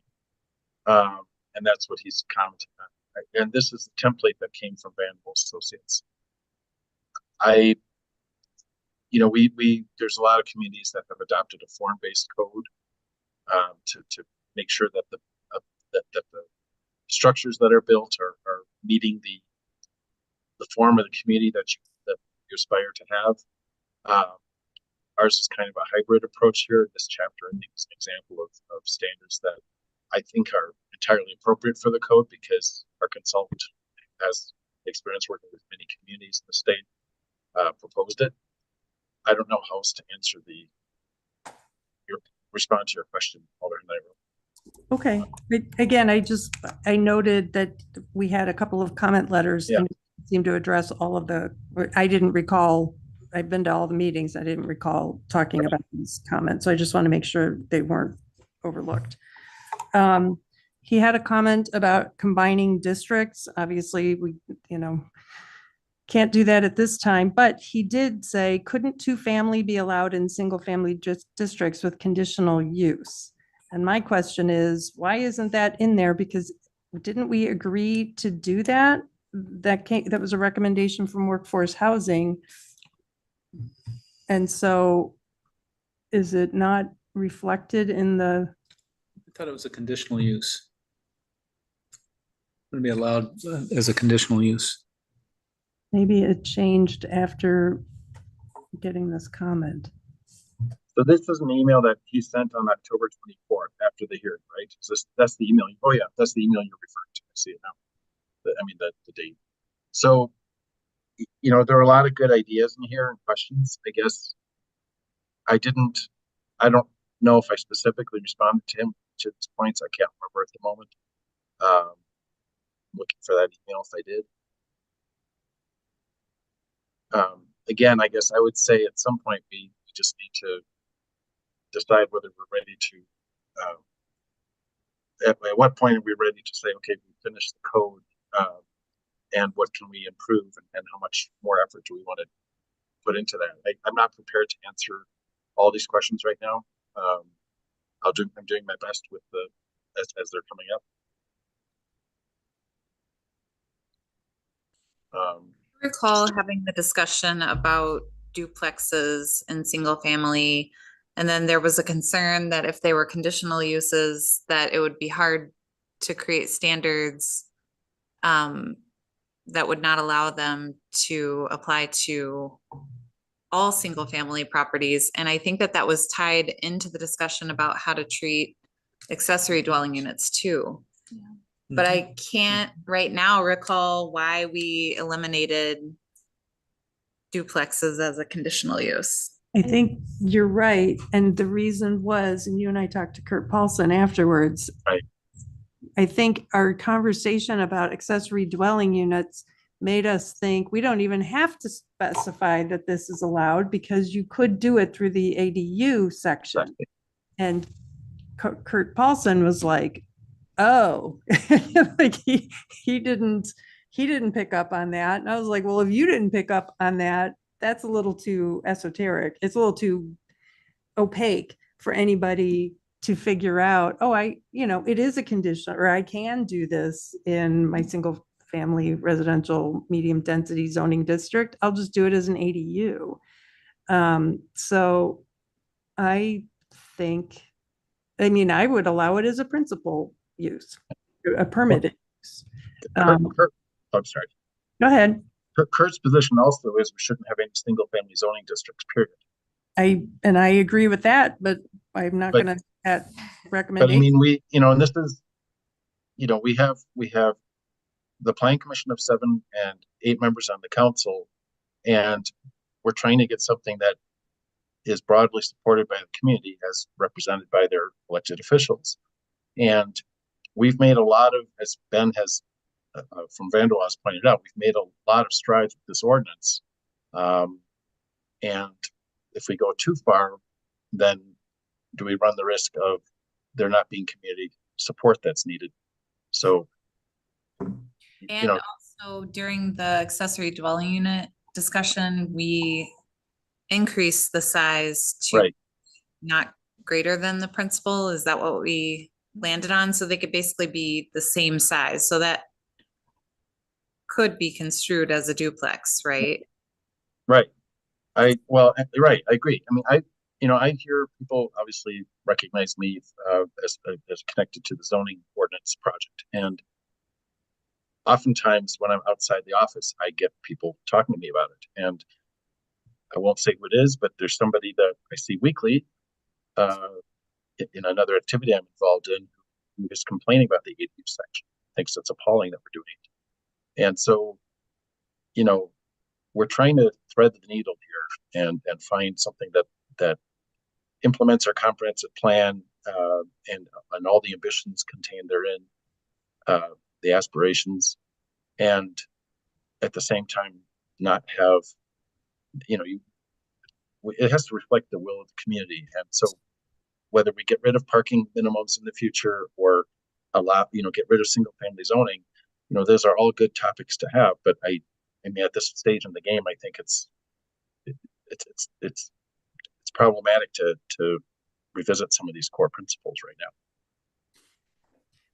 Well, I would say this. I would say two things. One, Kurt Paulson quoted the comprehensive plan in his comments and said, the definition of established neighborhood says for already developed neighborhoods in the city, preservation of urban neighborhood scale and character while providing a variety of housing options to meet the needs of a diverse population. Building types could include single-family dwellings, accessory dwelling units, 2 to 3 family homes, and where appropriate, single-family attached townhomes, condos, and small-scale multifamily by conditional use. And his question was, why not make our code consistent with this definition from the comp plan? That's right. Let's regulate the character of the buildings, not the character of the occupants. And I just feel like if our comp plan has that definition, it makes this a possibility. And if the Workforce Housing Committee recommended it, and if we agreed that actually this can be accomplished through the zoning code as it's written right now, but in a backdoor sort of way through the ADU, why not be more explicit about it and give our residents a chance to comment on that? Alder Hanero, I appreciate what you're getting at. And I remember when we were discussing about 2-family dwelling units being allowed in single family, thinking about the comp plan and the definitions of established neighborhood. But I think at this point in time, I think we owe it to the community to kind of stay on track to what we've discussed publicly. And I think that's something that we should revisit in the future to make it more consistent with the comp plan, the zoning code. But I would agree with Mark. At this point in time, I think it's a little late in the game, and I would encourage us to look into it, but to be able to air it in front of the public. But just to understand, then it is still possible to have a duplex in a single family zoned district by calling it an ADU. And it is, And there's meeting some all the ADU standards. And right, there's some standards that say you can't have the front entrance you can't have a front entrance for the ADU, a separate front entrance. I mean, there's other standards there, but essentially, yes, we're by having no minimums, by eliminating the minimum size or the maximum size, excuse me, we essentially are saying you can have 2-family dwelling units, one of which is an ADU in any single family zoning district in the city. That is correct. Okay. The last comment before we bring back Commissioner Summers is the Steve Schulfer's comment about the design of drive-throughs. I don't remember discussing this at all. His comment was, drive-through windows shall not be placed between the street and the building facade. While I applaud the intent to improve the aesthetic appearance, this is very difficult in many developments, I guess, particularly corner lots. Perhaps windows could be allowed with added screening or other architectural features to offset this.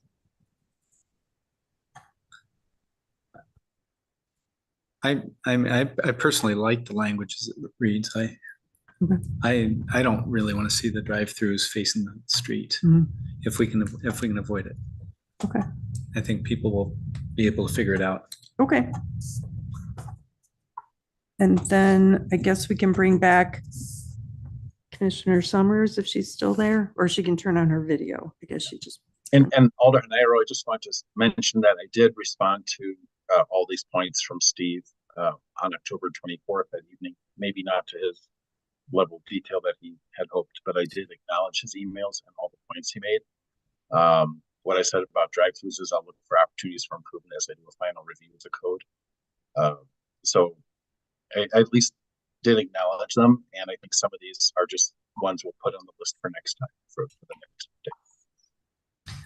And then the last one I have for, this is, I think, an old one, is section 10.03.08. It's the mixed use building, live work building. And I had brought up the question about, are we expecting, do we need to say that a multi-unit building is typically arranged in a townhouse format?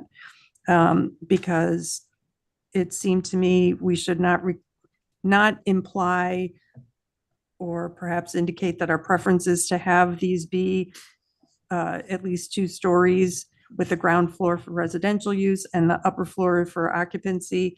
I like just saying, Madison says it's a mixed-use building in which each dwelling unit is combined with a shop, office, studio, or other workspace where the resident occupant both lives and works. And I think that makes it okay to have a ranch where you're doing this and not have a 2-story. Yeah, we talked about this before. Yeah, I thought that we had agreed that would made sense. So can we modify this section on Under the live work unit part? So, right, where it says a multi-unit building typically arranged in a townhouse format in which each unit contains a commercial use on the ground floor. Yep, I see it now. What? I see it now. Sorry. Oh, okay. So just swap out that language and replace it with something closer to what Madison says. They don't specify townhouse or ground floor or upper floors. Okay. And then I'm sorry I didn't capture that before. I'm sorry, I didn't catch what you just said. Yeah, I don't know why I'm talking right to the screen, and every once in a while these laptops seem to glitch. I'm sorry that I didn't capture that comment previously. That's all I said. All right, thank you. And do we need to specify that the commercial space needs to be accessible, ADA accessible, or no? But I think that would be automatically a building code compliance issue that doesn't need to be specified in the zoning ordinance. Okay, those are all the loose ends that I had. And that takes us to the zoning map. Okay, let's start with Terrace Avenue. So does the Plan Commission support the adjustment, changing these 7 parcels from mixed use downtown to, what is it proposed, Mark? TRF, which is the 2-family flats, which is consistent with the properties on that block behind them, going up Aurora Street and up Parmenter Street. And it's recognizing that the character of those houses there today, some of them have a more they've been there a long time. I won't say any of them are historic. I defer to Daphne on that, but I had heard a comment about this in the community a couple weeks ago, and that got me to look into why we did what we did. And in this case, we did not translate the current zoning code to the new code precisely that way on Terrace Avenue. So we were just flagging this as an adjustment that could be made. Thoughts from commissioners? Yeah, looks good. Okay. I'm getting thumbs up online too. Okay. Let's jump to the last one, the zoning of Middleton Beach Road. Does the Plan Commission wish to reconsider its recommendation for the lots on the east side of Middleton Beach Road to be zoned SRH? Didn't we get some communication from the neighborhood association that quoted some statistics as to what the preference was? We did. At our last meeting, they had no consensus, so we had gravitated towards the high density, as I recollect. It seems that they came back with medium as a consensus, but there are still residents that have spoken in the other way, so. Therefore, it's not a consensus. Right. And that's why I just want to acknowledge, I mean, just to speak frankly, it seems like they want to, there are existing properties that have obviously developed to the high density, and it seems a limiting fact for the neighbors, which to me, I will speak regardless of the consensus we received today, that I think all the neighbors need to have the same opportunity on this limited stretch, and I'm still in favor of keeping it at the residential high density that we discussed at the last meeting.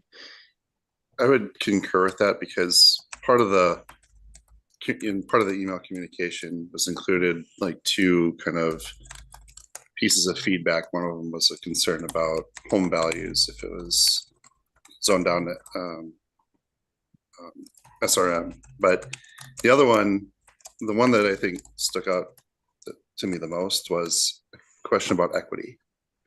You know, why can't everybody have the same opportunities to do with their property what other people have done with their property?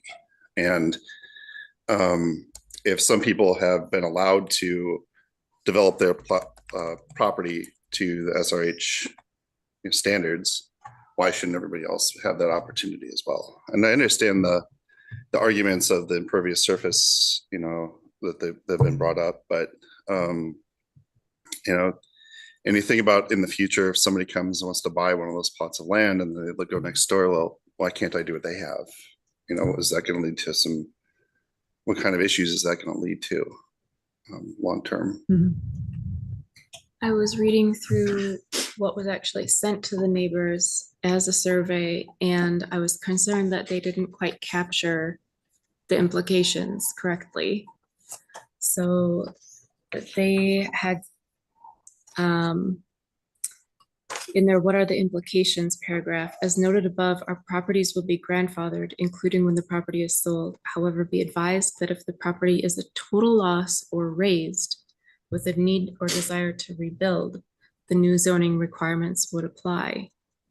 And that is actually not the case. I asked Abby to clarify that because what I recalled from the previous meeting that I was in, I skipped the meeting, but I didn't see this brought up. I think this was skipped in the last meeting as well, because I read the minutes. Anyway, what I recall and what Abby also clarified is that in the new ordinances, any type of improvement that would require adding any more impervious surface. So that could be anything from a shed or reconfiguring a driveway, changing their patio layout, like very small, minor improvements. If they're out of compliance, they would need to go through the planning and zoning, help me. Board of Appeals Board of for a Appeals. variance. And, you know, I'm wondering how appropriate is this as a use of time for our volunteers and our staff to have to go through this extra work just so that they can have exactly what their neighbors have. It seems not appropriate. I don't think that they quite understood. And as you mentioned, some neighbors also had that same concern that they wouldn't be able to develop without this extra hassle. And I agree with Commissioner Urban Hermans. I mean, this is what I understood too for what was sent out. And as someone who's had to go through the variance process, it is, as Mark pointed out in the last meeting, it is, you have to, you know, prove actual difficulty with your property. And it's not something that's necessarily easy to go through, especially with the size of these properties. So I feel that it is very important that we kind of make our decision here based on all of the neighbors, not just the survey that was sent out and those responses. Mayor Kuhn? Thank you. I just wanted to say thank you for all the thoughtful thoughts by the other commissioners. It's a lot of what I'm feeling on the same thing. So thank you. And I do appreciate that they are trying to survey the neighbors.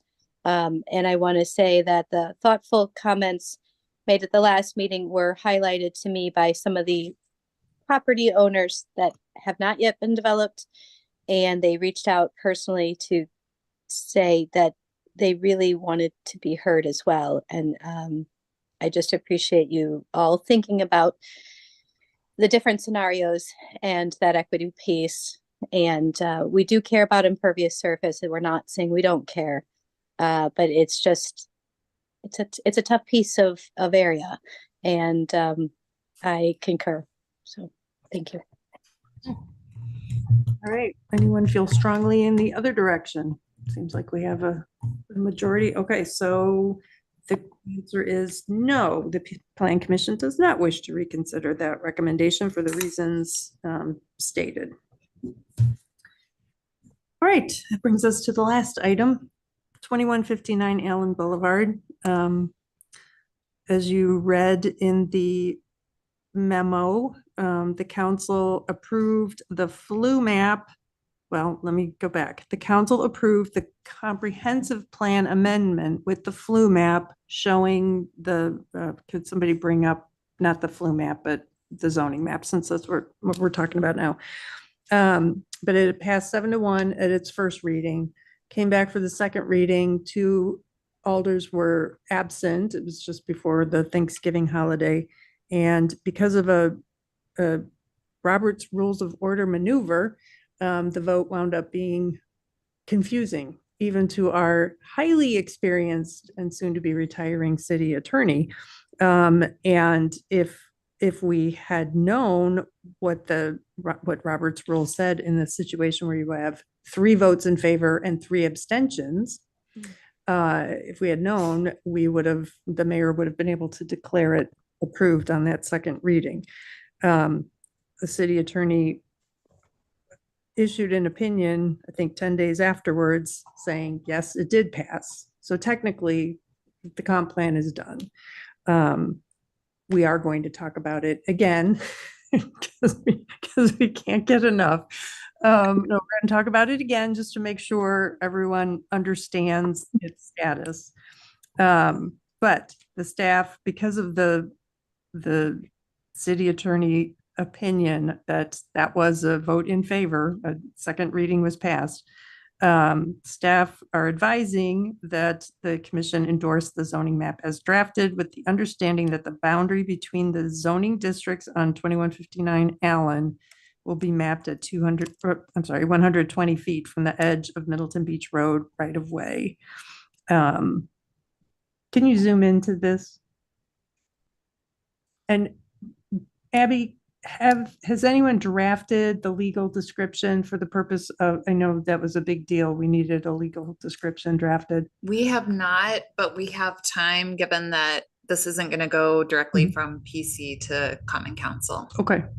And why are we addressing this again? If the city attorney's given his opinion, why are we even talking about it? We're talking about it. We're talking about the zoning map. So the map, the issue of this parcel comes up in the flu map in the comp plan, which is basically done or as good as done. So the council action was the flu map. The comp plan, Yeah. the whole comp plan Yeah. with the flu map. Yeah. So now the zoning the zoning map needs to be finalized and passed on to the council for approval. And that too will go through 2 readings. So the question is, does the Plan Commission support showing the 2 zoning districts for this parcel on the zoning map as drafted? And we've got Avenue mixed use to the west with 120-foot depth. Is that established neighborhood? Oh, wait. Yeah. Sorry, that's a flu map. Oh my goodness, that's the flu map designation. So this is mixed I'm sorry, multifamily residential, low density. Got it. I'll start off the discussion. Because, I was pretty vocal about trying to keep the scale of this parcel compatible with the surrounding neighbors and the surrounding neighborhood. And I still feel that way. One of the issues that I've got right now is we were trying to decide when we went from the translation from the mixed use to the in the comp plan to the zoning code, there was two designations that were available to us: mixed use neighborhood or mixed use avenue. And our discussion at the time was, oh, mixed use neighborhood only gives us 12 units an acre. That makes no sense. That's not even as much as what we can get in the single residential high density. And that has since been lifted from the zoning code. That limitation has since been lifted. So I think it's worth opening up that discussion again, because that was one of the reasons why we had chosen the mixed use avenue.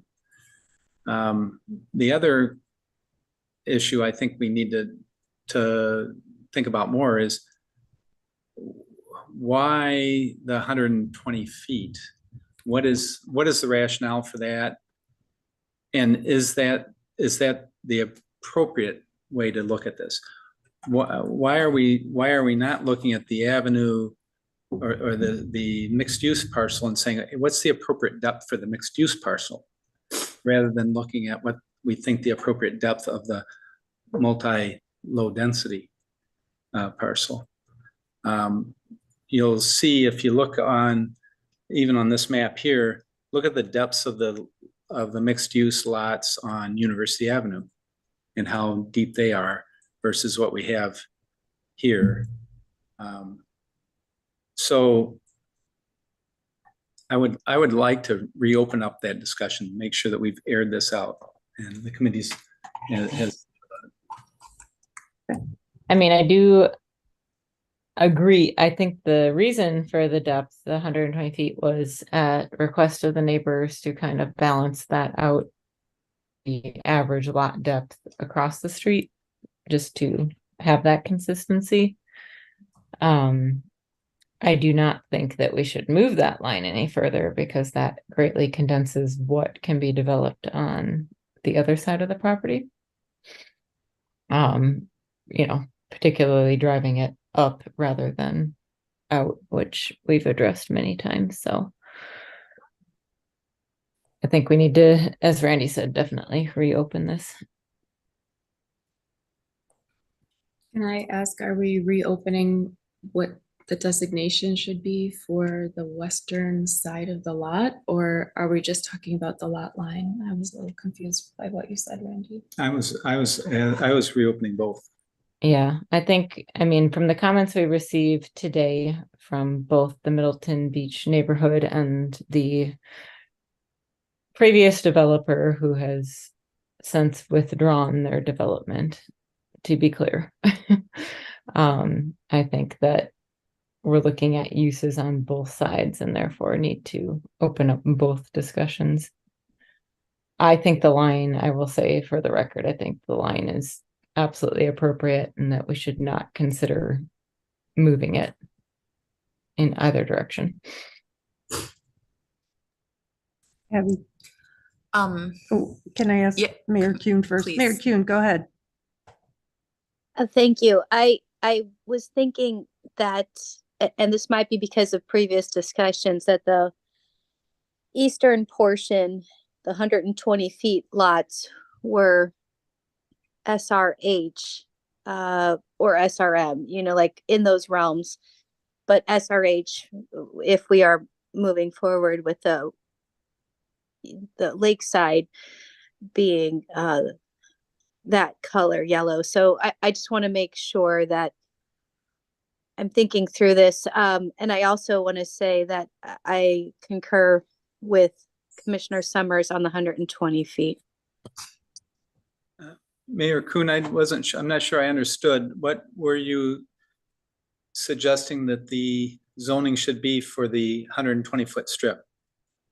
I was thinking it was SRH, but I don't know if that's because I've had discussions with multiple groups, and so that's what I've been hearing.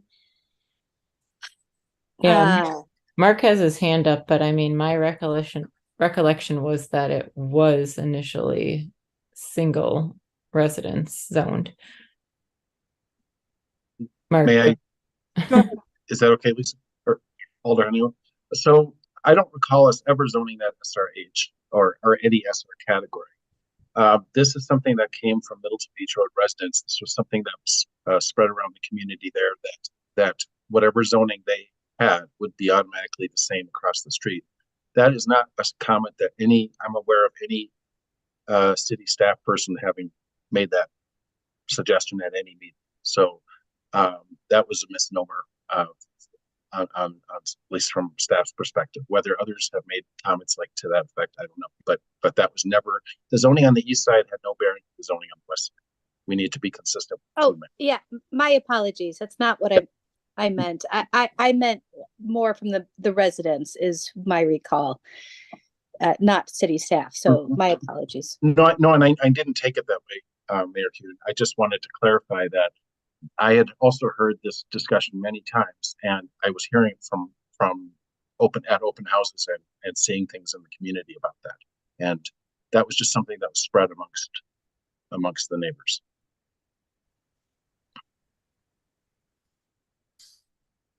Abby? Yes, ma'am.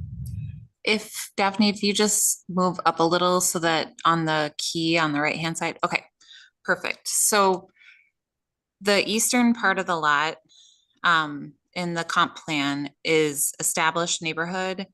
And Alder Haniro earlier had read the description for established neighborhood regarding the conversation that she had with former Commissioner Kurt Paulson. Established neighborhood has 6 different districts that it can translate to. So it goes all the way from that SRL to MRL. And what is shown currently is MRL or multifamily low density, but I think it's at the discretion of the Plan Commission. If you're following the comprehensive plan, established neighborhood, you could select any one of those 6 districts and that would be appropriate.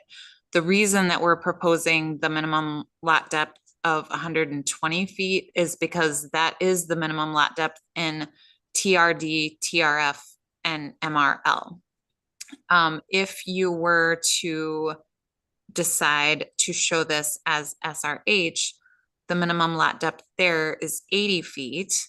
That doesn't mean you couldn't show a greater number, but if you go deep enough into the lot, it's possible that you could create 2 lots with an internal street or even potentially an alley network. Which I know that was one of the concerns that we had heard from the neighborhood is related to impervious surface. So I think that's kind of why we showed 120 feet, but we've also mentioned, I think at multiple meetings, that this is just our staff recommendation and how we're showing it. And we haven't written it into a legal description yet. Well, the 120 feet, are you saying that will allow the alley situation? At 120 feet, if you were to zone what is shown in orange there now as TRD, TRF, or MRL, those would all need to be accessed off of Middleton Beach Road because there would not be enough depth to create a lot and a network, a public infrastructure network of any kind. If I can also add, SRL also has 120-foot minimum. SRM is 100, SRH is 80, but that doesn't mean that those lot depths can't be 100 or 120 feet.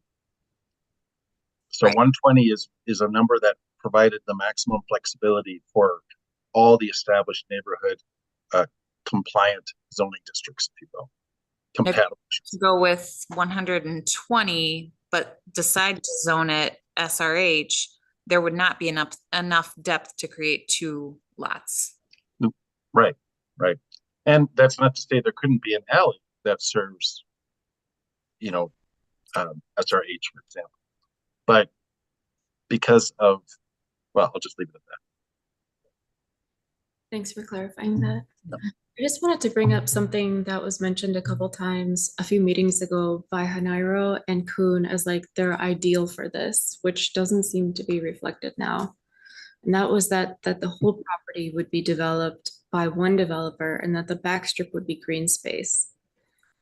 And I was thinking about that and realized that if we have two different zones on here, and the part along Middleton Beach Road would be much easier to develop, the lot owner could simply divide that property into lots. They already have a road access. It would be easy to get utility access and develop that side before the other side got developed if they wanted to turn a profit, thereby completely eliminating the opportunity to have that as green space. And I just wanted to bring that up because if that was the goal, are we sure we really want to have two different zones on here?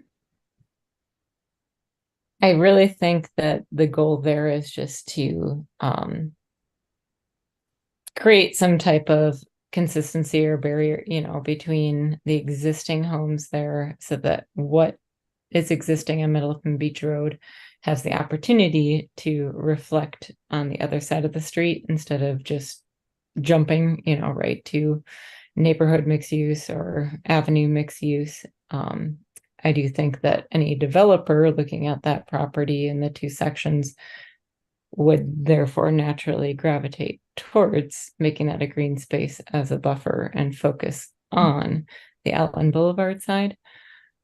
Just from my experience in commercial architecture and just hearing what the neighbors have. So if they did decide to divide that into single family lots, that it would at least reflect the existing character of the neighborhood. Thank you for bringing this up. Abby, I recall having this conversation and asking if we could zone any of it to be conservancy. And I thought we read the definition of conservancy and it didn't really apply to this, but now I think that the issue with that was that it was down zoning, correct, staff? Yes. But I thought if we didn't down zone the whole parcel, that it would not be, or let me phrase this right. I thought we were considering the possibility of taking a chance on not being challenged by only zoning a portion of it and leaving basically, most of the value of the property intact. I don't think we got a city attorney opinion on that, or did we? I think that we did actually. And I also think that we're talking about two different things. One is a regulatory taking and the other is a down zoning. So a regulatory taking is when the city imposes restrictions or limitations on a property that would take all of the economic value of the property. And that's, I believe, what we got the city attorney opinion on as it would relate to zoning a portion of it conservancy. And I don't want to quote that off the top of my head, so I would want to pull up our city attorney's opinion and then share that with you. But the second thing would be a down zoning, and that is not, my understanding of a down zoning is that it is not prohibited, but that there is additional notification requirements that come along with down zoning properties.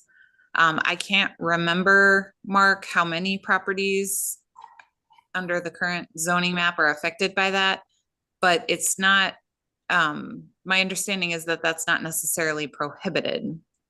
I would agree with that. And we really, the new zoning map, the proposed zoning map really does not down zone much of anything in the city. There's some, I mean, depending on, for example, the Lycon property, what we were proposing there along Highway 14 was mixed use, and the property owner felt that that was incompatible with what they want to do. I wouldn't, from their standpoint, I guess they could have seen that as a quote unquote down zoning because it interfered with how they currently plan to use the property. But mixed use is what we had proposed, which would allow a whole other variety of uses. I would argue for a higher value, value for the property. So down zoning is kind of in the eye of the beholder. But I agree with Abby that in this case, with the Allen Boulevard property, there's no reason why, if the property owner consented to it, especially, that one couldn't have a sliver be something different that could be construed as a down zoning, such as parks or conservancy. But we have not had that discussion because we are not focused on a specific development project, but we're focusing on what our flu map says and what the city wants to see for that property, and that's been our focus. And I think that when Alder Hanero initially raised this, she was talking about the CON Conservancy zoning district. And it is true that we did pull up the intent of that district, and we went through the items that are covered there: lowland wetlands, natural habitat, scenic areas, lake shores. And I think that as we described this section, we didn't necessarily think that conservancy zoning was the best fit.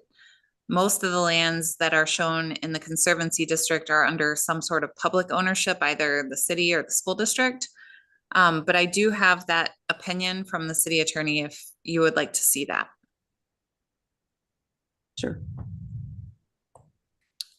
Because I do feel like if we can guarantee or come close to guaranteeing, if the property owner wants to challenge it, they could. But if we could guarantee that that space is going to be green space, I think that would go a long way toward alleviating some of the concerns that Middleton Beach Road residents have expressed. Okay, so first I just wanted to show the question that I had asked of either Larry Beckler or Matt Fleming, and Matt Fleming was the attorney that responded. I was thinking that we might get a question from an elected official about whether the city could show a portion of the parcel as conservancy, but that the intent would not be for the city to buy the land and make it public, but that using the flu map and the zoning map, the eastern portion of the 7-acre parcel would be open rather than developed. And I knew that that was something that the neighbors had suggested several times. I mentioned to him, and also this came on the heels of a conversation that we had at the Plan Commission, that my understanding of regulatory taking is that it only applies when all economic value of the property is taken without compensation. And so then I asked him the question, could the city designate the eastern portion conservancy if the western portion were designated avenue mixed use? And then Matt Fleming did not reply yes or no, because I have never gotten a yes or no response. So he says he does not think this poses a serious regulatory takings problem. He questions whether the act of designating something on the comprehensive plan is definitive enough an action to result in a taking. Given consistency requirements in statute and land division ordinance, perhaps an argument could be made that this is effectively a regulation, but nominally a plan is just a plan. Okay, well, we're not talking about the comprehensive plan anymore. We are talking about a regulation with the zoning ordinance. Even assuming that it is considered a regulation, you are correct that a per se regulatory taking occurs when property is deprived of all or nearly all of its economically beneficial use. The test is applied to the whole parcel, not just a portion thereof. Thus, since this 7-acre parcel appears to all be one parcel, he thinks it is a virtual certainty that it would not be looked at as a per se taking. And then he goes on, and I will not read all of that, but I'll let you read it.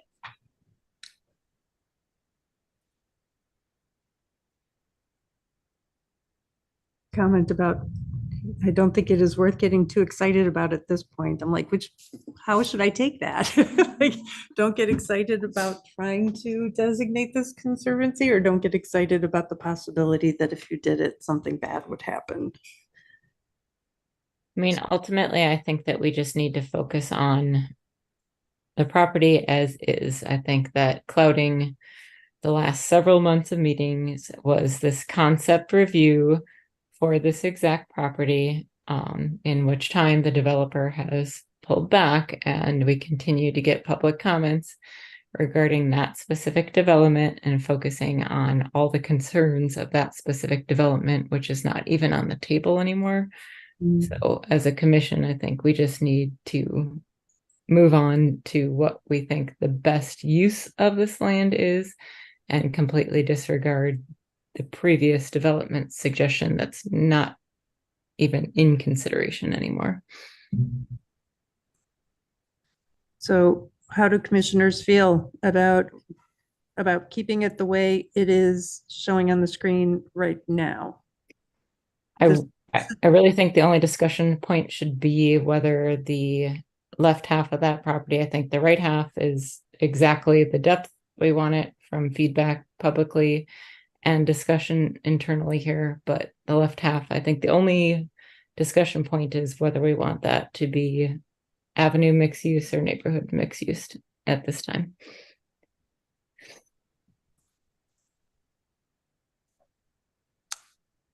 Well, there's the thing about that, Commissioner Summers, is that if it goes avenue mixed use, that's going to put more, it's going to have a larger impact on the existing neighborhood, and then the right half of the parcel, maybe that begs the question that should be open space. If we're going to have as much density as the avenue mixed use, do we reduce the density then on the 120-foot strip? If it's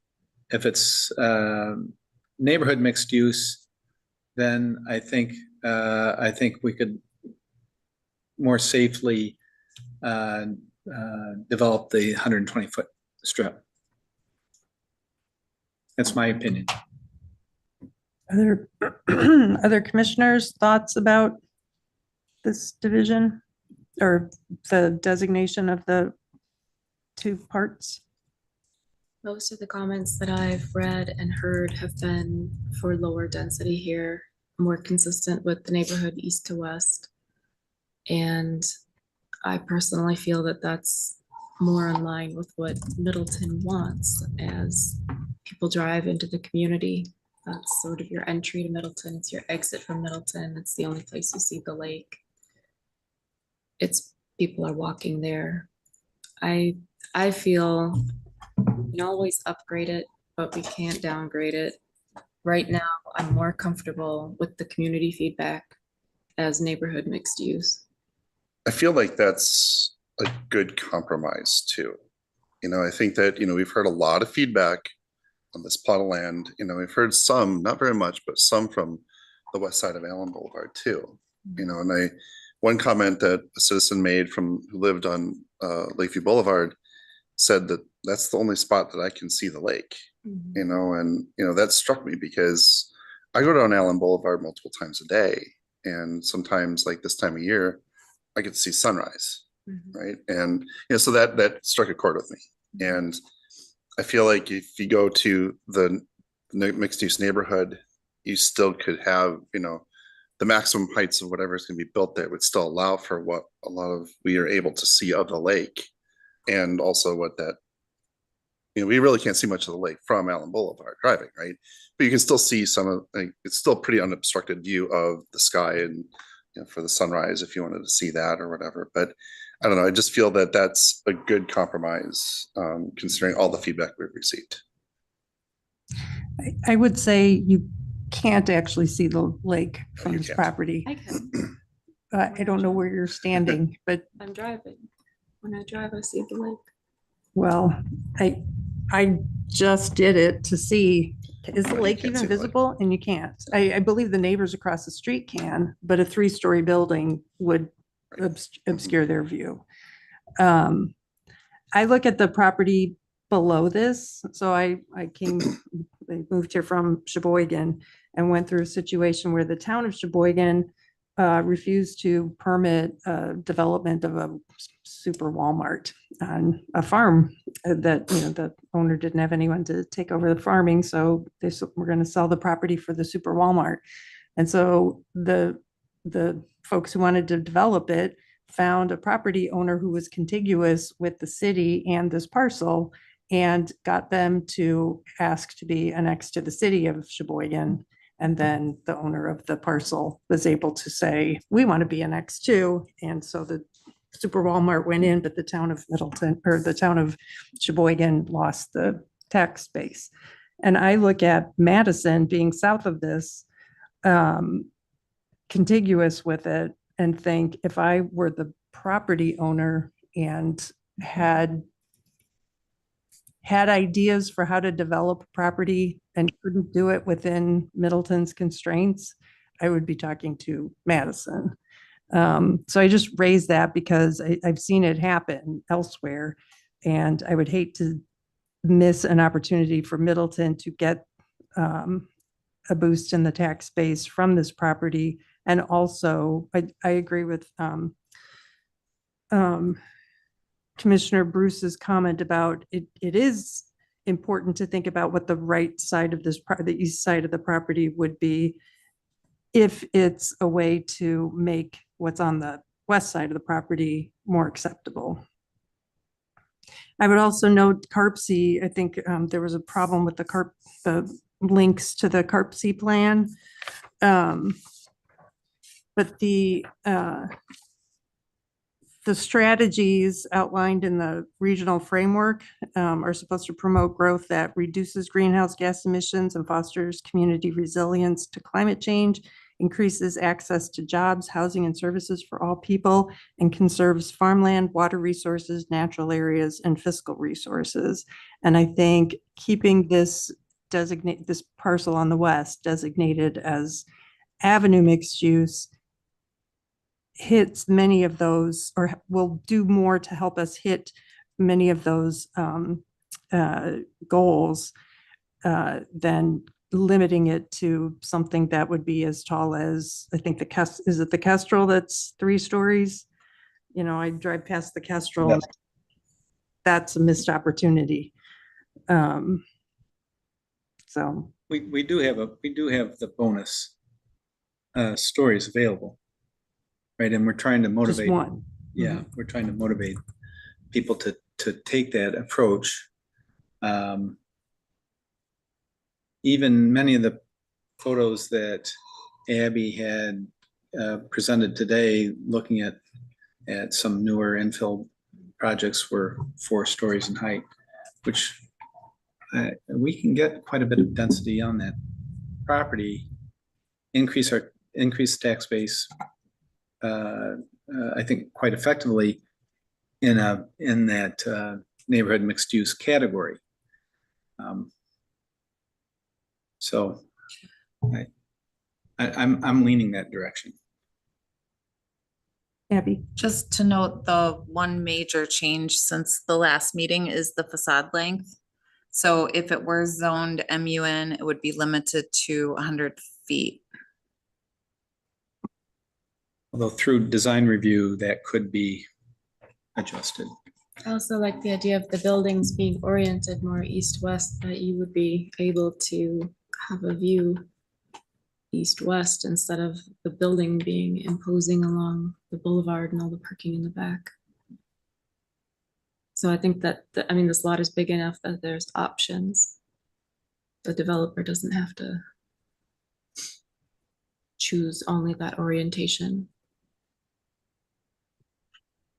I would ask, since there are many of the houses on Middleton Beach Road are already 3 stories, why not allow, I don't see staying in the character of the neighborhood or matching the character of the neighborhood to mean exactly the same, right? We're talking about commercial building, not single family homes. So why would 5 stories right near the Allen Boulevard, which, you know, as much as we talk about this being a neighborhood, it's 2 neighborhoods. It's the west side of Allen and it's the east side of Allen. It's just that's a dividing line. So why not allow taller development closer to the busy road? And I get you know, we have many entrances to Middleton. There are so many different ways people can first show up in Middleton. And I kind of see Allen Boulevard as the place where you get to see the parks. I wish we could see the lake. I could see the lake in Sheboygan, and it was, you know, as you describe. And I lived in Chicago and got to watch the sunrises. I trekked out to the suburbs for work. And I'm excited that we're putting in a park, a lakefront park up on Lake Street, so people will be able to see the lake. But I feel like this parcel, if developed to 5 stories, isn't going to have the dire consequences for the neighborhood that some residents are predicting. I guess I'm thinking about it being developed to its maximum with the bonus stories. With the bonus story. Because when you have a lot that valuable near the lake, you're going to want to maximize what you get out of that footprint. It's much cheaper to build up than out. And so once you've hit that, you know, 5-story mark, you're going to go for 7 because you have to change the kind of building structure that you've put in. It's much more expensive. So, Well, they can't go to 7. 6 would be I thought they could get 2 bonus stories with the Avenue mixed use. I think not, Abby. I mean, I have it Mark? right. My understanding is it's limited to 1, but I'll defer to One, but Yeah. with options. 2 to get it. options Two to get the options to extra get 1. it. Okay. Yep. And I'm just double checking too. But it's definitely one with mixed use. I'm still gonna push for that 6th story because let's be honest, those apartments on that top floor are gonna have a lake view. We've got the view, the And they're- sunset and the yep. lake. Mhm. Golden. That's money right there. But is that bad? If we get a net zero building out of it, or even better, I would say, some affordable housing units on a lower floor, is that such a bad thing? No, it's great. You can put those contingencies on it, but can we really restrict that within this discussion? Yes, that's what the code says. That's the only way to get the bonus height. It's 1 story for mixed use avenue as well. Say that again, Mark. 1 story for mixed use neighborhood, 1 story bonus for mixed use avenue. Thank you. And the facade point that Abby made, I think it's really important to reiterate. I was going to make it as well. We really are looking at mixed use neighborhood as being where we have small lots like Parmenter Street. That's a great example of mixed use neighborhood. I also like to think of Willie Street, Madison, as a similar example. Whereas mixed use avenue is larger lots and larger facades. The difficulty that I have, I mean, other than the Middleton Beach Road homes that, and they've been quite vocal. I agree that they are taller in height. But directly across the street are 1-story structures. And the multifamily that's in place now, the existing multifamily in place now, is for the most part 2 stories. There's a few areas where it's exposed lower levels, but it's quite a drastic change. And kind of an abrupt change across the street. So that's the difficulty I have. I agree that we want to put our density on the larger roads. It's just that this is much different than University Avenue in my mind, because it has so much residential and low scale, small, finely textured residential immediately surrounding it. Mayor Kuhn? Thanks. I want to share a few things with you all. So, yes, across the street, there are one-story apartments, but going up the hill when you're looking out at the lake from the Marshall Park side, that's where you really can see the lake. They're 2 stories, but those owners have already told me they want to go 4 stories when they have time to redevelop those sites. On top of the hill, we're getting 4 stories. The senior apartments next to Lakeview Park, which is green space. It's 4.5 stories. I know everyone says it's 4, but if you count the windows, it's really 5 in the corners. So things are changing in this corridor. And for all the reasons we're talking about, which is density, use of space. I am looking at an email that was sent to the MBR president. I got a copy of it today. And the developer, so I understand we're not supposed to be talking about the development site, but this is to put it in context. He says, Ginny, thanks again for taking time to meet with us on Friday. The attached PDF, there's one other sentence, just talking about attachments. Proposed zoning map on the city website outlines the area we don't intend to build, meaning the part on MBR. Any vertical structures on it, if it is at that 120 feet, this would be used for trees, green space, stormwater management, walking paths, private drives, and other park-like amenities. He says if it goes further to the west, meaning more than 120 feet, they will have to start building structures on that eastern portion because you start talking about the economics of things. So I'm sharing that because it says that their intent is to not build on that MBR side. It's kind of a big deal. It's everything we've been talking about. That would be sort of an optimal option. So in saying that, I will support the Avenue mixed use because I have it in writing that the intent is to do green space on that MBR side. Thanks. Thank you. And then Commissioner sums me up. Oh, sorry. I switched over to my phone now because my laptop died. I just wanted to go back to the comment on the whole workforce housing. Obviously, we're trying to designate this for zoning, and we cannot specifically, designate that they need to have a certain amount of workforce housing in this discussion. So obviously that's up to whatever particular development may be presented in the future. But I just wanted to note that in the difference of height of structures, that's not something that we need to determine at this time because we don't even know if it's on the table.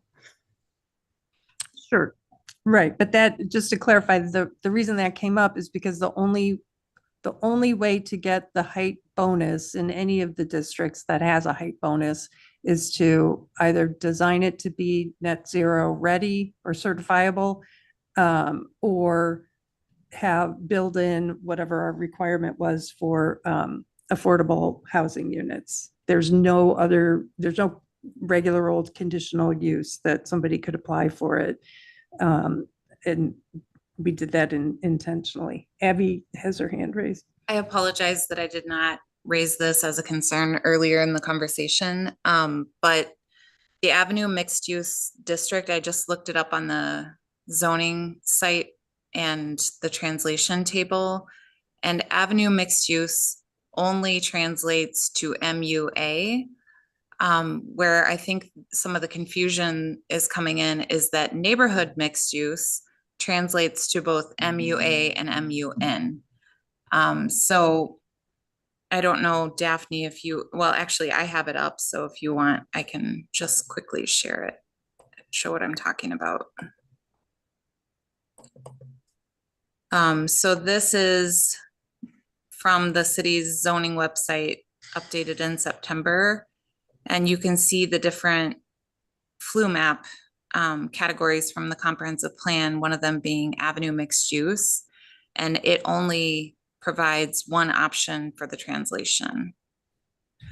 And the reason that I didn't raise it is because I know that we had talked at the council meeting about the possibility of making it neighborhood mixed use, which does have two different options for translation, which is why I was confused. Okay. Three things. First, Commissioner Summers, you still have a question? Because your hand is up. I just want to make sure. Okay. It's not up on my side, sorry. If I could just finish. Yeah. And number two, that does strike me as a strange translation, because it seems to me that if you had something on a flu map as neighborhood mixed use, but which is 3-story max, but you could actually go up to 5 stories, it seems like it should be the other way around. And then 3, are you saying, Abby, that this is a moot discussion we're having? Yes, that's what I want to know. Is that your question? Yeah. I'm not sure if I would put it that way without getting a legal opinion about whether or not that translation table that's published on our website is set into stone, or if that is something that the Plan Commission could change. But I would say that in terms of public notification, and with the last discussion that happened at the Common Council meeting, stating that the comprehensive plan per Robert's Rules of Order and the city attorney's recommendation was approved. And if it's showing that, and it may, for someone who has an interest in it being avenue mixed use, and getting zoned MUA, then there may not be adequate notice that's being provided. I will say that there are property owner representatives available. They have also flagged that as a concern. So Okay. the property owners are aware. Okay. Commissioners, Commissioner Urban Hermans. Still have one. I'm sorry, I'm keeping you so long. I guess my final plea is that there doesn't seem to be a clear consensus, and we also don't have a lot of support from the community to make this avenue mixed use. We, as a commission, can always upgrade it next year. And an applicant who would like to develop that property can also request to have it rezoned. But once it's zoned at the maximum, which would be the avenue mixed use, and somebody has a proposal before us that we don't like, we can't really prevent them from developing both sides of that lot to the maximum that's allowed under the zoning. And so I just want that to be a caution to take that step now when I don't feel clear consensus from the members or the community on it. Because we can revisit it through multiple avenues, including from the property owner, a developer who has interest, or our own incentive or investigation.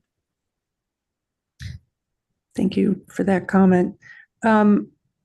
I would note that in my district, which includes the Metro Market on Century, right across the street from the Mill apartment building, which is a 4-story building, we've got the 1-story duplexes, and Century Avenue at that point is not a divided 4-lane highway or arterial.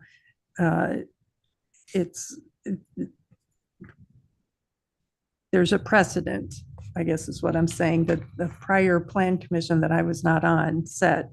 And I feel like since that precedent has been set, and if we look at all of Allen Boulevard and knowing that the Allen Boulevard build plan is going to be revisited, that's part of one of the actions we changed in the comp plan was to resurrect that plan from 2009, is it? And 2007. 2007, and even add or consider the whole of Allen Boulevard, not just the Middleton Springs and Harbor Athletic Club area. I feel like this is the comp plan was a 20-year vision. I don't feel like I do not have a problem with a 5-story or even a 6-story building with lake views. I think when I think about the gateway to Middleton, unless it's a horrendously ugly building, I don't see why that wouldn't be a spectacular sight to see, like, with a restaurant with maybe some outdoor seating, and conservancy land on the eastern side. So I'm comfortable with keeping it as it is, or if anything, changing the east side of the property, seeing what would happen if we changed it to conservancy land on the eastern portion to make sure that that is preserved. I don't think that the planning commission sets precedent when we take action. Is that correct, Gabby? Through the previous action that was taken, because it was planned development district, I would say that each one of those is a special circumstance. So my opinion is that there is no legal precedent that's set by zoning something to PDD for 5 stories. I would agree with that 100%. Well, whether it's a legal precedent or not wasn't my concern. I'm just observing that in my district, I have residents who live across the street from this building going up who were very vocal about not wanting to have a 4-story building across the street from them. In terms of precedent, I would say the more concerning would be, in my opinion, that we have had a lot of concerns from the single family residences that will abut the new MUA zoning districts on the north and south side of University, everything from Park Street East. And so I would be more concerned about saying, why did we listen to this one neighborhood that is also on a major road that is well served by transit, but not listen to the other neighborhood? I think that would be the more concerning precedent.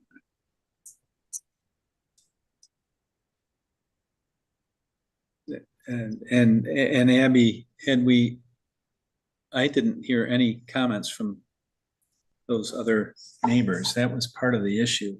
I think we've heard a lot here. And in an interest to try to listen to. I'm sorry to interrupt, but we did during the open house. We did hear, and actually during the public hearing, we heard a count. Sorry to interrupt. In an interest to listen to the constituents, I'm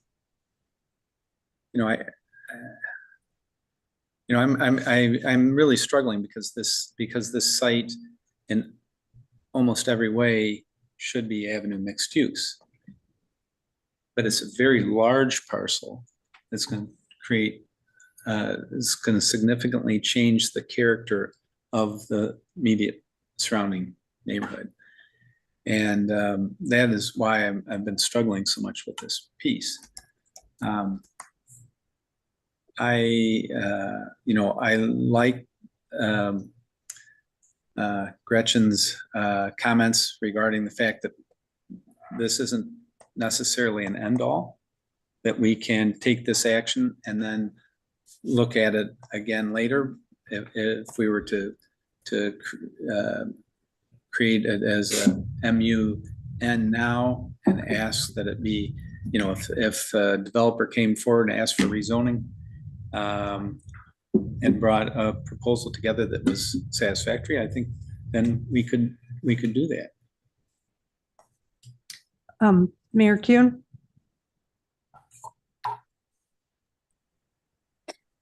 Thanks. I'm just thinking about the 120 protesters that we had against the Lake Street apartments, and it still went up. And now people like it. I'm thinking about what Alder Hanairo said. Some people don't like it. The one in her district, and it's still going up. I'm also thinking about the 2 apartments on University, right after Chalmers Jewelers. I think it's Chalmers. One is on the Middleton side. I will tell you that one only had 3 people complain, not the 150 that we got for the Kestrel. However, the one across the street was in Madison, and being the former alder of the district, I had no notice it was going up till construction crews came. And that reminds me of what Alder Hanairo said about it being parceled next to a Madison Park. And if it was annexed, we wouldn't even know bulldozers are coming. So I think we need to be thoughtful, and we have to be considerate. Why this piece? We really didn't change the Lake Street apartments. They wanted 4 stories. Obviously, before that, they wanted more than that. But at the time, we went with 4 stories, still had 150 protesters against 4 stories. So I will stay with staff recommendations. And as Alder Hanairo said, if there was any changes, it would be to try to make the MBR side the green space. Okay, any further comments? There's Commissioner Summers. Thank you. I hear your attempted compromise or slow, let's take the time to be more thoughtful about this. They have an opportunity in the future. I would just note that a rezoning means a hearing, correct? And revisiting all the many issues that have come up, many of which were not accurate or not factual. And I just don't see the benefit of doing it that way. Avenue mixed use, a restaurant, I believe, is a permitted use. In a neighborhood mixed use, it's a conditional use. So that's another hearing. Maybe we just have different visions for what a gateway to a city can be. I think it would be phenomenal to have a building with people walking across the street to these wonderful, to the park and the conservancy lands, and even crossing into Madison to go to Marshall Park. And I think it would be wonderful to have restaurant or other ground floor commercial activity for all the folks in this area, with traffic safety, pedestrian safety improvements so that they could cross to the east to get there. I would consider changing the MRL parcel to conservancy lands to underscore the desire of the city to see that land preserved. But I'm in favor of staying with the staff recommendation for avenue mixed use on the western portion. Does anybody want to make any motion on this particular parcel? Do you mean multifamily residential low density? Yes. East side? on the east side, the MRL, I would consider opting for conservancy lands on that side, that parcel. Why there? If you want to develop the site to the maximum. Because I don't want to develop the site to the maximum. I want to see what a developer can do with a site that is on a transit line and has a corner and ideally builds in a lot of green space. We've set the facade restrictions, so it's not like that whole pink square or polygon is going to be a single building covering the whole space. But I do think the idea of having a buffer between this, whatever is put there, and the portion of Middleton Beach Road that is across the street. One thing I noticed driving down Middleton Beach Road is that when the trees, well, even with the density of trees, even in winter, when the leaves are gone, the only houses that will see this whatever is on that property are the ones across MBR from it. Everybody to the north has that conservancy space that obscures the view. But yeah, I'm not saying I want to see it develop to the max. I think the west side can be developed appropriately. And if we have the east side as conservancy lands, that would be a benefit to the city and to the neighborhood across Middleton Beach Road. And it would also connect green space, which from the conservancy to the north to the park. And that is an action in our comprehensive plan, is to connect green spaces with other green spaces. If I were a pedestrian who walked there and wanted to sit on a terrace, I wouldn't want to sit next to Allen Boulevard. I would want green space on that side. So why would we limit where the developer could put that green space? You would want green space on the Allen Boulevard side? Yeah, I'd want the building set back, that I wasn't sitting next to the traffic if I had a kid or a grandkid or wanted to have a conversation or not breathe in fumes. But you could sit on the east side. Well, our purpose here is not to get into details of any particular development. Well, my question on it is because if you're going to dedicate conservancy land, that limits any setback. So you have to be really sure that that's where you want the conservancy land if you're going to dedicate it. That's my only. I would like staff to comment on this. If we designate it as conservancy lands, I know it's been by the property owner on the table for creating a connection road there on the Marshall Park side. And if we designate it conservancy lands, doesn't that eliminate that option and therefore create a lot more concerns for the existing neighbors? Eliminate the option of what did you say, Commissioner Summers? As a connecting road on the Marshall Park line there of the property. Because there was the concern amongst neighbors that this would, create a lot of turnaround traffic because there was no through road. So I know that at one point the property owner had entertained that as an option.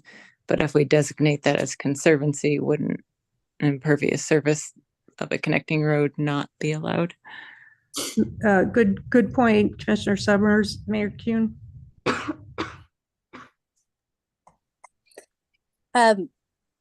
So as part of that email of intent, doesn't cite that part, but there was discussion last week.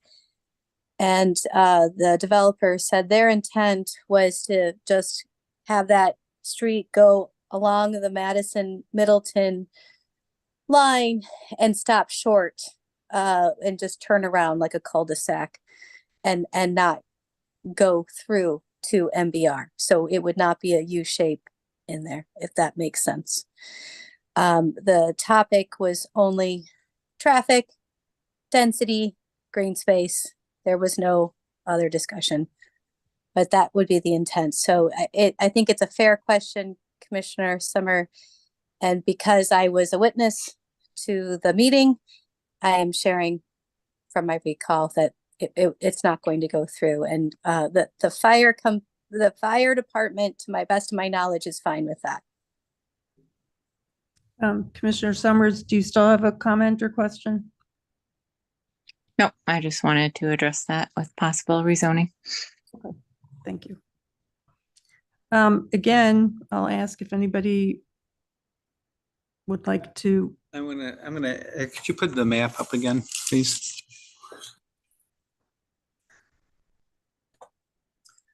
I would say that I would be more comfortable, and I started this discussion about the size, talking about this size and depth of this parcel compared to other parcels that are MUA. I would be more comfortable with that being MUA if its depth were similar to the depth of the MUA to the north, on the same side of the street, there, right? If that was MUA and that was the development that we were talking about, up fronting the street, which gets us density up along the street, and then the back portion of this parcel was MRL, that would feel like something that I could support. If the parcel stays as it is, I just think that it's going to be, it could very well become overwhelming. Thank you. So you'd like What's more the depth depth? at the back to get more houses along here? I would like to have the 5-story be narrower, and then allow us to have, more lower density towards the back. So you would be could my have like thought. a street in there. Could have an alley there. Then. Can staff help us? Can you measure those Avenue mixed use lots to the north? Because it looks to me like the northern part of this parcel is comparable, but it could just be my imagination. This is the strip mall that has Midtown Pub. It looks like it's about 275 feet deep. Okay. It also looks like the harbor lots are pretty consistent.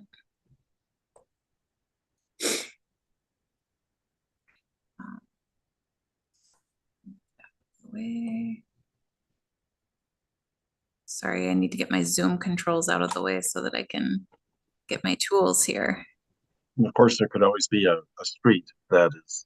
We need tonight, or what is it we're supposed to do here? The final action, Commissioner Harp, is going to be to approve. Abby will show us the notes that she took as we answered all the questions. And the final action should be, if I'm remembering correctly, a recommendation to council to approve the 3 ordinances and the zoning map contingent on final review by the city attorney. And the last item that we need to settle is the one that keeps coming up. So that's why once we nail this down, we can have the motion, review what Abby typed up as the additional changes to make to the zoning code and the lighting code, and now the zoning map. And then we can get a motion for that, but we have to resolve this first. I'm inclined to stick with the staff recommendation. I've asked for a motion, but I haven't gotten one. I'll make a motion to stick with the staff recommendation. I'll second that. We have a motion and a second. Kuhn, further discussion? Hearing none. All those in favor of sticking with the staff recommendation for the 2159 Allen property signify by saying aye. Aye. Any opposed? No. We need to do a roll call. I think it was 4-3. Abby, do you want to do roll call? Sure. Hold on 1 second.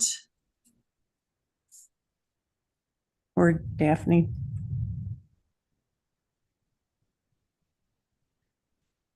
I could do it. Adams, No.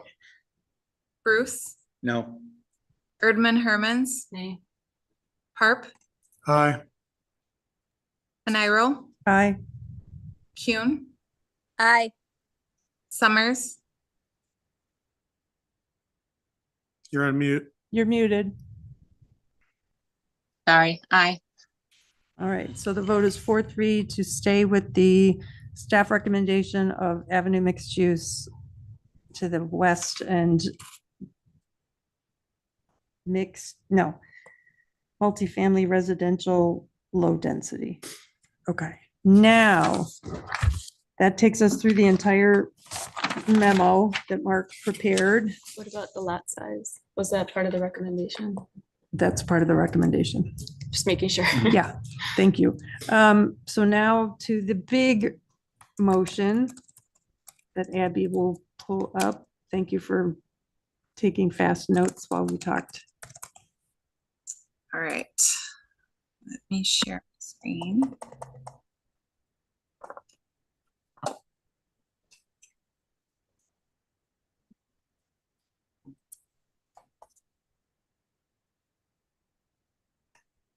Okay. All right, so if we need to scroll through and see what the changes are, yes, that was acceptable, changing that bullet. Facade length. Commercial space. Thank you for changing that second sentence. Work with me on the paragraph, okay?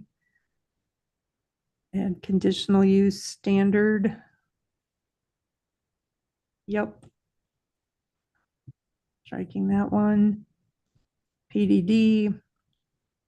Parking, the language that was added is approved. Home occupation, modify the first sentence. Yep. Strike the word detached and work on the urban farming. That was a really great catch. I'm glad we had that discussion. I don't know who brought up home occupations, but that was good. And then lighting ordinance. Yep. 3 foot candles. Yep. Overlays in the future. Thank you for the live work unit change. And is that it? Oh, and then the map. Yes to that as drafted and sticking with SRH. So commissioners, you've seen all the items.